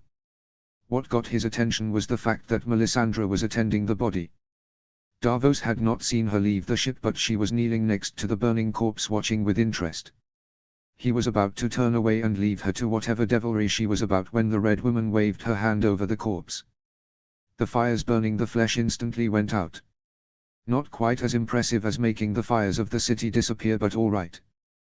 Though the boy's suffering is long since over. But Melisandre was not done. She peered at the corpse, looking into the man's dead eyes. Words sprang from her lips in muted tones. Words Davos did not understand, nor wished to. After a brief litany, the priestess leaned over and kissed the ruined lips of the dead man. Davos' stomach heaved at the sight. Bad enough the boy died in agony. Now he's had you pray over him, uttering your incantations. Do you intend to molest his corpse as well? Melisandre leaned back, her eyes closed, lost in thought. Davos started to turn away when suddenly the corpse shuddered. Davos watched in horror as the man's body surged with life, shaking itself as if from a long sleep. The corpse sat up. Breath came from the lungs as the man coughed up water and bile. The man blinked once, twice, and then focused on his savior. Melisandre said nothing. She merely stood back and watched. The man smiled at her in wonder, then he suddenly groaned. He looked down at his smoldering arms, chest and legs and let forth a piercing wail. Not just of horror but of pain. The Red Woman suddenly started forward and placed her hand on the burnt forehead of the man. Davos expected him to hit it off, so badly was he shaking in his extremity. But at Melisandre's touch the writhing man stilled. Calmness settled over him as he looked up at her, his burnt chest heaving as he sucked in deep lungfuls of air. "My apologies, boy," Melisandre said, calm as the sea after a storm. "I should have done that differently. There's no pain." The man uttered in wonder, the voice was terrible to behold. "No," the Red Woman stated, smiling kindly at the man. How?" the man asked, looking over his body. I died." "You did?" Melisandre replied, cupping his ruined cheek in her palm. "But you are one of the Lord of Light's chosen. He will never abandon you." "Never?" the man asked as he looked worshipfully at the priestess. "Never," she affirmed. Davos felt a chill as he remembered. He had shaken off the sight and joined his men within the city. His men had fought hard and he had been proud of them. King's Landing had soon been breached in 4 different places. Joffrey's army had put up a good fight but they had been overwhelmed by sheer numbers. Slowly but surely the army had pushed the defenders back through the capital. Victory had been within their grasp. But then it seemed the wheel of fate turned and dealt them a bad hand. 2 armies combined, where they had come from was anyone's guess, outside the city and hammered Stannis' army against the walls as the king's men tried to make their way through the southern gates. The soldiers of Stannis' left flank had been ripped apart as fresh knights hit them from 2 directions at once. Then the 2 armies pushed into the city to deal with the enemy that had already made it inside. The first Davos had heard of this was when men pushed past him, men he knew had been part of the attack on the south wall, saying that Tywin Lannister was in the city. "His standard had been seen," said the fleeing men. "Lord Tywin, here." Davos' force had lost the initiative. Spurred on by reinforcements, the city's defenders fought back with a vengeance. Now it was Davos' men that were on the losing side. The Onion Knight saw men fall left and right as they were attacked on multiple fronts. He'd had no choice but to sound a retreat. The only safe refuge he knew of was the place they'd come from. In a mad scramble his men had run through the streets bound for the ships they had left just a few hours before. It had been a close-run thing but they had made it, but the Lannister forces were at their heels by the time they had pulled away into the bay. Davos had dared stay long enough in the bay to ensure that they picked up as many stragglers as they could before they set sail for open water. He saw other ships up and down the coast effecting similar rescues of the king's defeated army. Gods, let King Stannis have made it. For once the gods answered his prayer and he was informed that the king had made it to the safety of the boats. The king was said to be in a foul temper, angry that victory, that had seemed so close, had been denied. I would feel the same in his place. Now I'm just happy to be alive and to know my sons are safe. Davos had suggested that they head for Dragonstone. It was slightly nearer than Storm's End and traveling to the island fortress would allow them to avoid the coast for a while and attacks by opposing forces. The knight knew that the ancient fortress of the Targaryens would provide safe haven to the traumatized army before while they determined their next move, but the king had have none of it. Ordering the fleet to carry on to Storm's End. They had arrived a month ago and in the intervening period, Davos' time had been completely preoccupied with salvaging all he could from the defeat. Having the troops who survived cared for and repairing the warship's ships as much as possible. His efforts seemed laughable but he had no other choice. If I stop I'll be forced to confront what happened that night. Davos had spent the quieter moments of the sea journey pondering the events that occurred during the attack but he could make no sense of them. It would take a wiser man than me. Thankfully, I have enough to keep me occupied so I don't have to think about things I'd rather not. The knight had avoided the Red Woman whenever possible. He had heard whisperings that she had resurrected many men the night of the attack, some far more wounded than that poor soul Sir Davos had seen on the beach. The Lady Melisandre had also healed the burned wounds of many of the men. No, healing is the wrong word. Healing implies recovery. Onion Knight. His thoughts interrupted, Davos sighed. Gods has today not been arduous enough that they must subject this knave upon me. He turned in the direction of the speaker. As expected, Sir Axel Florent was coming up the stairs behind him. The younger man bounding up the stone stairs 2 at a time. He stopped just below Davos, showing no signs of his exertions. Ah, what is must be to be young. Or, rather, younger than I. Sir Axel. Davos said, fighting to keep fatigue from his voice. Gods, he was weary. Bone weary. The man smiled tightly, though it did not reach at his eyes. I would speak to you before you attend the meeting with the king. But of course you would. Very well, sir, but please make what you have to say brief. The king is waiting for us. Waiting for us both. Sir Axel nodded and quickly looked about him. Who does he think is here with us? Can walls betray secrets now? Though after what I've witnessed these last few weeks, maybe I shouldn't be so hasty to dismiss such things. The younger man regarded him. As you know, Onion Knight, we are in a perilous situation. And ravens have wings. I do know that, sir. He replied evenly. Perilous times call for less drastic action. Sir Axel said stiffly. If you say so, Sir Davos said. Though I would have thought the Lord of Light would have assisted his chosen in a time of need. Ignoring the sarcasm, Sir Axel pressed on, frowning. The Lord of Light helps those who help themselves, and only if they are willing to make great sacrifice. Sacrifice? What does he mean? I am about to suggest a course of action that the king may find difficult. Axel said, looking grim as he moved to stand on the same narrow step as Davos. I expect your support. Do you now? I will always advise my king on what I think is best. Davos said calmly. If he was unhappy with Davos' response, Axel Florent did not show it. He merely nodded and continued on his way on the stairs. Has all the arrogance of a lord. And none of the courtesies. Davos sighed again and carried on, following in the man's wake, though in mere seconds Sir Axel was out of sight. As he neared the king's chamber, he saw a guard outside. He quickly realized that this was one of the men Melisandre had brought back. One of the so-called chosen men. Chosen men. If that's a sign of the Red God's favor, he can keep it. The man was naked from the waist up, though he stood rigidly, not affected by the wind that came in from a nearby window. As he approached the door, the guard stood aside and nodded at him.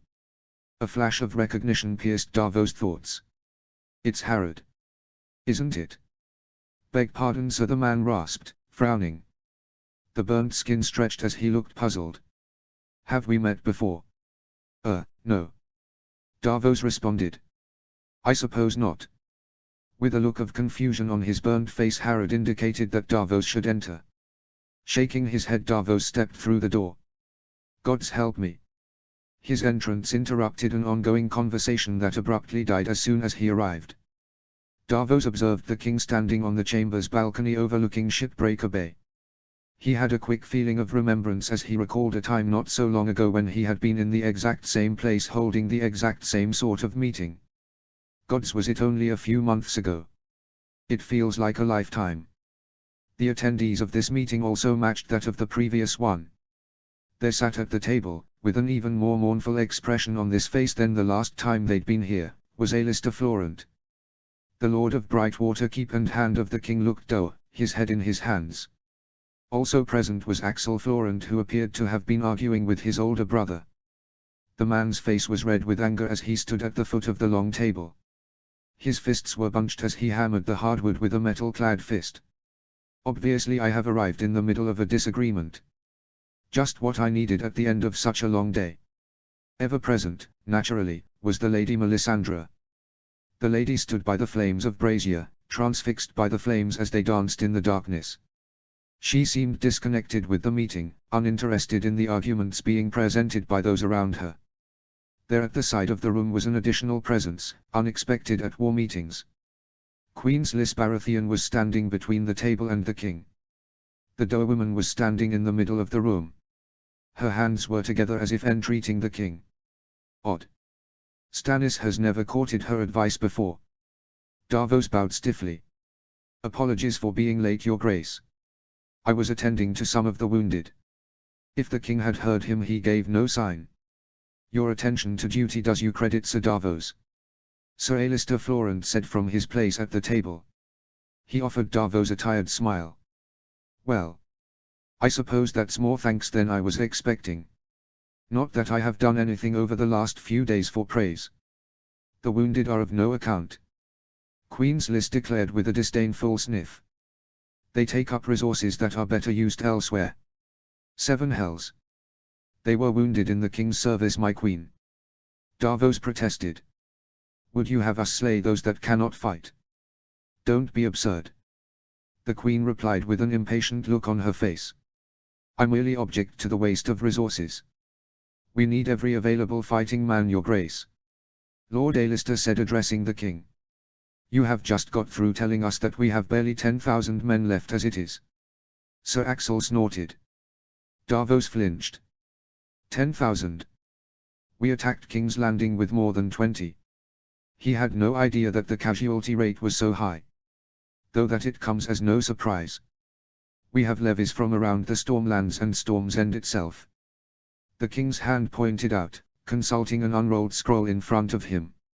All told, we should be able to raise approximately another 10,000. Perhaps, but the majority of the best men we had are now among the dead of King's Landing. You can guess as much as you want, brother. Sir Axel said, placing both hands on the table and leaning towards his elder sibling. But the fact remains that we have lost, conservatively, a third of our force with nothing to show for it. As if an able commander such as the king would not be aware of that fact. Stannis Baratheon may be many things, but a fool is not one of them. Again, the king did not acknowledge the other's words. He merely stared off into the bay, into the murky depths that had claimed his parents' lives. I'm sure the king knows that. Lord Alistair said uneasily, looking in the direction of Stannis. All the more reason to sue for peace. Peace? His brother raged. You mean surrender? The hand looked despairingly towards the king. We have enough men to force an honorable peace, your grace. It does not have to be a surrender. Semantics. Axel spat. You would have us go on bended knee to the Lannister boy and beg for a pardon. To this monster created of incest of brother lying with sister you would have the rightful king of Westeros, and the Lord's chosen, abase himself. Not at all. Lord Alistair countered as he continued to look at the king, ignoring the indignant expression on his brother's face. As you know, your grace, with you indisposed, I have been in communication with King's Landing. Treason. Sir Axel seized his hand, grasping the hilt of the dagger at his side. His brother looked warily at the weapon. Your grace, you honored me by appointing me your hand. I would be remiss in my duties if I didn't do all in my power to further your position. Especially, he looked mournful, given recent events. Axel Florent seethed. Treason is treason. My lord. No matter how you dress it up with flowery words about noble intentions. He sneered cruelly, I'll see you burn for this. By the gods, he's talking of his own brother. Alistair glared at his young sibling, his face going reddening in anger. Is it treason to acknowledge the facts? We cannot win the Iron Throne, your grace. The room went silent as if in shock. Though surely they already knew this. The hand looked shocked at his own forthrightness. His eyes widened as he looked at the king. Your grace, he said slowly. We cannot win this war. The men we have left are demoralized, they will not fight again for some time. Time that our enemies are unlikely to give us. The Lannisters lost just as many men as us during the battle. Sir Axel snorted. They wouldn't dare march on us here at Storm's End. I speak not just of the Lannisters. Alistair pointed out, his voice rising. Robb Stark has, if the tales are true, conquered the Westerlands. The boy has 3 of the 7 kingdoms pledged to him, and now he's all but conquered a 4th. He's a boy. Axel fumed. A boy who's won every battle he's fought. Alistair retorted. He's driven Tywin Lannister himself from his homelands. A man who can do that can do anything. It's a great pity he did. Robb Stark did us a great disservice. If Tywin hadn't turned up when he had, we might have won the battle and been having this conversation within the Red Keep. In any event, Lord Alistair said, trying to regain the conversation.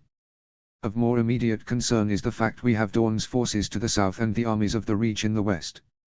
Mace Tyrell has sent the bulk of his army north to join Robb Stark. Axel said sharply. Even more treason, your grace. What he has left is more than enough to deal with us. Alistair said, spreading his hands, entreating his brother.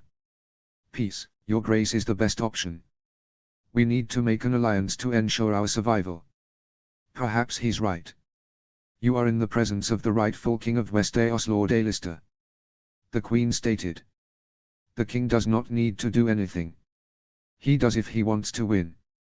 What's the use of being king if you have no kingdom to rule? There will be no peace. King Stannis said plainly. I will destroy my enemies, not yield to them. Alistair Florent bowed his head in misery. Your grace, Sir Axel spoke up. If I may. Once again the king did not deign to respond to the group, merely returning to his vigil. After a long pause Sir Axel pressed on. It seems to me that my brother has a point. Lord Alistair looked up in surprise. A point in that there is no way we can say that the battle at King's Landing was anything less than a defeat. Well, at least he concedes that. Our enemies are legion and are all around us. Said the knight. Is that not precisely the point his brother just made? Is he admitting it's hopeless? Does he want us to leap from the tower into the bay? That being said, Sir Axel said, his tone getting more excited. We have a power unlike any other, your grace. We have but to use it to even the scales against those who would oppose your rule. You refer to the power of the Lord of Light. Lord Alistair said slowly. Of course. Axel looked with condescension upon his brother. We have the greatest power in Westeros at our fingertips. Power unlike any the realm has seen since the days of the Targaryen dragons. We would be utter fools not to use it. Everyone in the room looked at Melisandre, but the priestess continued to gaze into the flames, not paying them the slightest mind. Your grace. Sir Axel went on quickly. The Lady Melisandre has shown us what the power of the Lord of Light can achieve.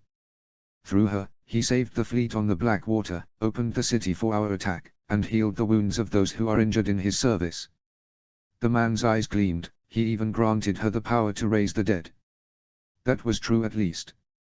There were now hundreds of chosen men among Stannis's ranks. Each seemed immune to pain and possessed a zealous loyalty to the Red Woman.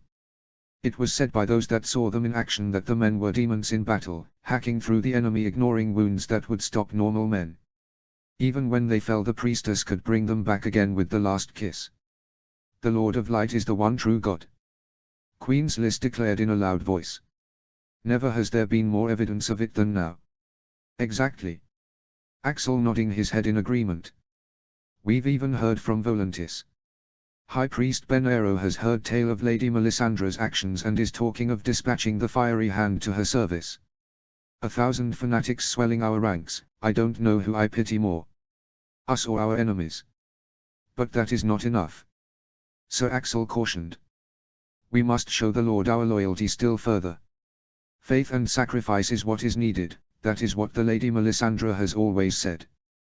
We have shown our faith, but surely we can increase our power by increasing the amount we are willing to sacrifice. What sacrifice would you have us make that has not already been done? Lord Alistair asked sternly. Thousands are dead, Axel, more than that are wounded. All in the service of the king. In the Lord's service, if you believe he is the Lord's chosen. The hand glanced nervously at the Red Priestess, which of course I do. It is not enough. Sir Axel said angrily. We need greater power, and that comes through greater sacrifice. What would you suggest? Alistair asked, puzzled. Lady Melisandre tells us that blood sacrifice is the best way to invoke the power of the Red God. Sir Axel said solemnly. More sacrifices? I thought we were past all that. At the start of her affiliation with King Stannis, Lady Melisandre had taken to burning ceremonies to cement the faith of the Red God with the people of Dragonstone, small folk and nobles alike. It had started with the burning effigies of the seven gods, the main religious icons of Westeros, but had then escalated into the burnings of people. Instances had been rare, but Davos had feared that Melisandre meant to increase the practice. Especially with the loss at Blackwater Bay. More burnings. Lord Alistair said, revulsion plain on his weathered face. Only one. Axel said bluntly, Edric Storm. There was a long pause. Everyone seemed stunned by Sir Axel's words. Silence descended. The fire in the brazier seemed to stop roaring, even the sounds coming up from the bay seemed muted. He is a child. Alistair Florist breathed. You cannot mean it. Children die all the time in war. Axel replied, murderously calm. Edric Storm is King Robert's son. He has royal blood in his veins. We sacrifice him, for the greater good of all, and his life will mean something. More than anything else he will likely accomplish. He is a bastard. Sliss uttered with contempt. He was born the product of Robert's disgusting liaison with my cousin. Erase him, and we erase the shame. Erase. As if he was a mistake on a piece of parchment, rather than a living being. Alistair Florent shot to his feet. That is your nephew Sliss. The circumstances of his birth should not matter here. The child is blameless. The hand looked imploringly at the king. It was your brother who was at fault, your grace. I know it. Stannis said, not looking at the group. But if there is a need, I would see him serve the realm. Lord Alistair Florent wavered and then sat down heavily in his chair. The man looks utterly defeated. The king has always been disdainful of Robert's only acknowledged bastard son. It is a small sacrifice, your grace, Sir Axel concluded. He scoffed, after all, what is a bastard's life against a kingdom's? Everything. He had not meant to speak. Had not wanted to get involved. What do I know of fire gods and magic? But, there comes a time when men of conscience cannot stand idly by while such horrors are threatened. Every man has a line he will not cross. Mine is the murder of children. The Onion Knight speaks when no one asks him a question. Sir Axel sneered. What do you know of religious matters, Seaworth? What know you of the Lord of Light? Davos swallowed. I know next to nothing about the Lord of Light, Sir Axel, but I believe you are making a mistake. Oh. Axel guffawed, though there was humor in his voice. The man's eyes were cold and hard. Perhaps you'd be good enough to tell us what makes you think that. To his horror, Davos saw that they were all looking to him. Even the king had turned and was looking at him with a vague expression of interest. My king. Davos started, wetting his lips to buy himself time. It is true that the Lord of Light would appear to be a being of great power. Appears. Axel exploded. You were on the ship, Seaworth. You saw it all. The knight crossed his arms. Do you deny what you saw? I don't know exactly what I saw. Davos said. Much less what caused it. That's the province of more learned men and women than I. Exactly. Queen Sliss looked imperious. She waved her hand dismissively. You should excuse yourself and allow your betters to discuss this in private. The Onion Knight's heart sank. I am to be dismissed like an errant servant. Sir Davos stays. Stannis ordered firmly. The king's wife looked to him with irritation. My king, this is hardly the place for a commoner. I have said so many times. Be silent, woman. Stannis interrupted. Sir Davos is my advisor. He saved the army on the Blackwater. Salvaged the mess that many of my highborn counselors caused in the first place. He stays. The king and queen stared at each other for a moment. Sliss looked away first, seeing no give in her husband's eyes. The king stepped towards the table. He grasped the top of his chair at the head of the table. Sir Davos, tell me your thoughts. I hardly need to tell you that I want honesty. No. You're the last person that ever has to tell me that. Davos Seaworth quickly gathered his thoughts. He took a deep breath. Your Grace, Sir Axel is right. I was there on the Blackwater. I saw the power of the Lord of Light. I have seen it since. Axel Florent's face was one of smug vindication.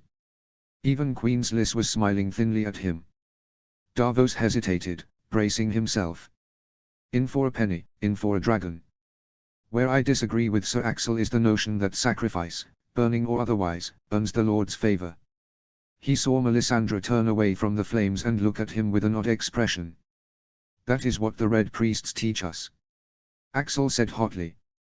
You believe you know more than them. I say again. Davos replied, I know nothing of religion. I can only tell you what I believe I saw. Exactly, Axel cried, thumping a gauntlet-clad fist onto the table. What you saw was the power of the Lord of Light in action. Were it not for the treacherous attack on our rear by Tywin Lannister and the tricks of the imp, we would have won. Well, we could argue that all night, but that is not what I'm saying. The power of the Red God is immense, Your Grace. If you accept he exists. What I dispute is the idea that you have to kill others to gain his assistance. Sir Axel rolled his eyes. He turned to Melisandre. My lady, please educate the fool. Death by burning is the purest death, most pleasing to the Lord of Light. For a moment a look of uncertainty crossed the Red Priestess's features, though she nodded slowly. The pause was all the opening Davos needed. My lady, he spoke clearly, though he wished he was anywhere else but in this room at this time. I ask you, were we sacrificing people during the battle? Did we burn people before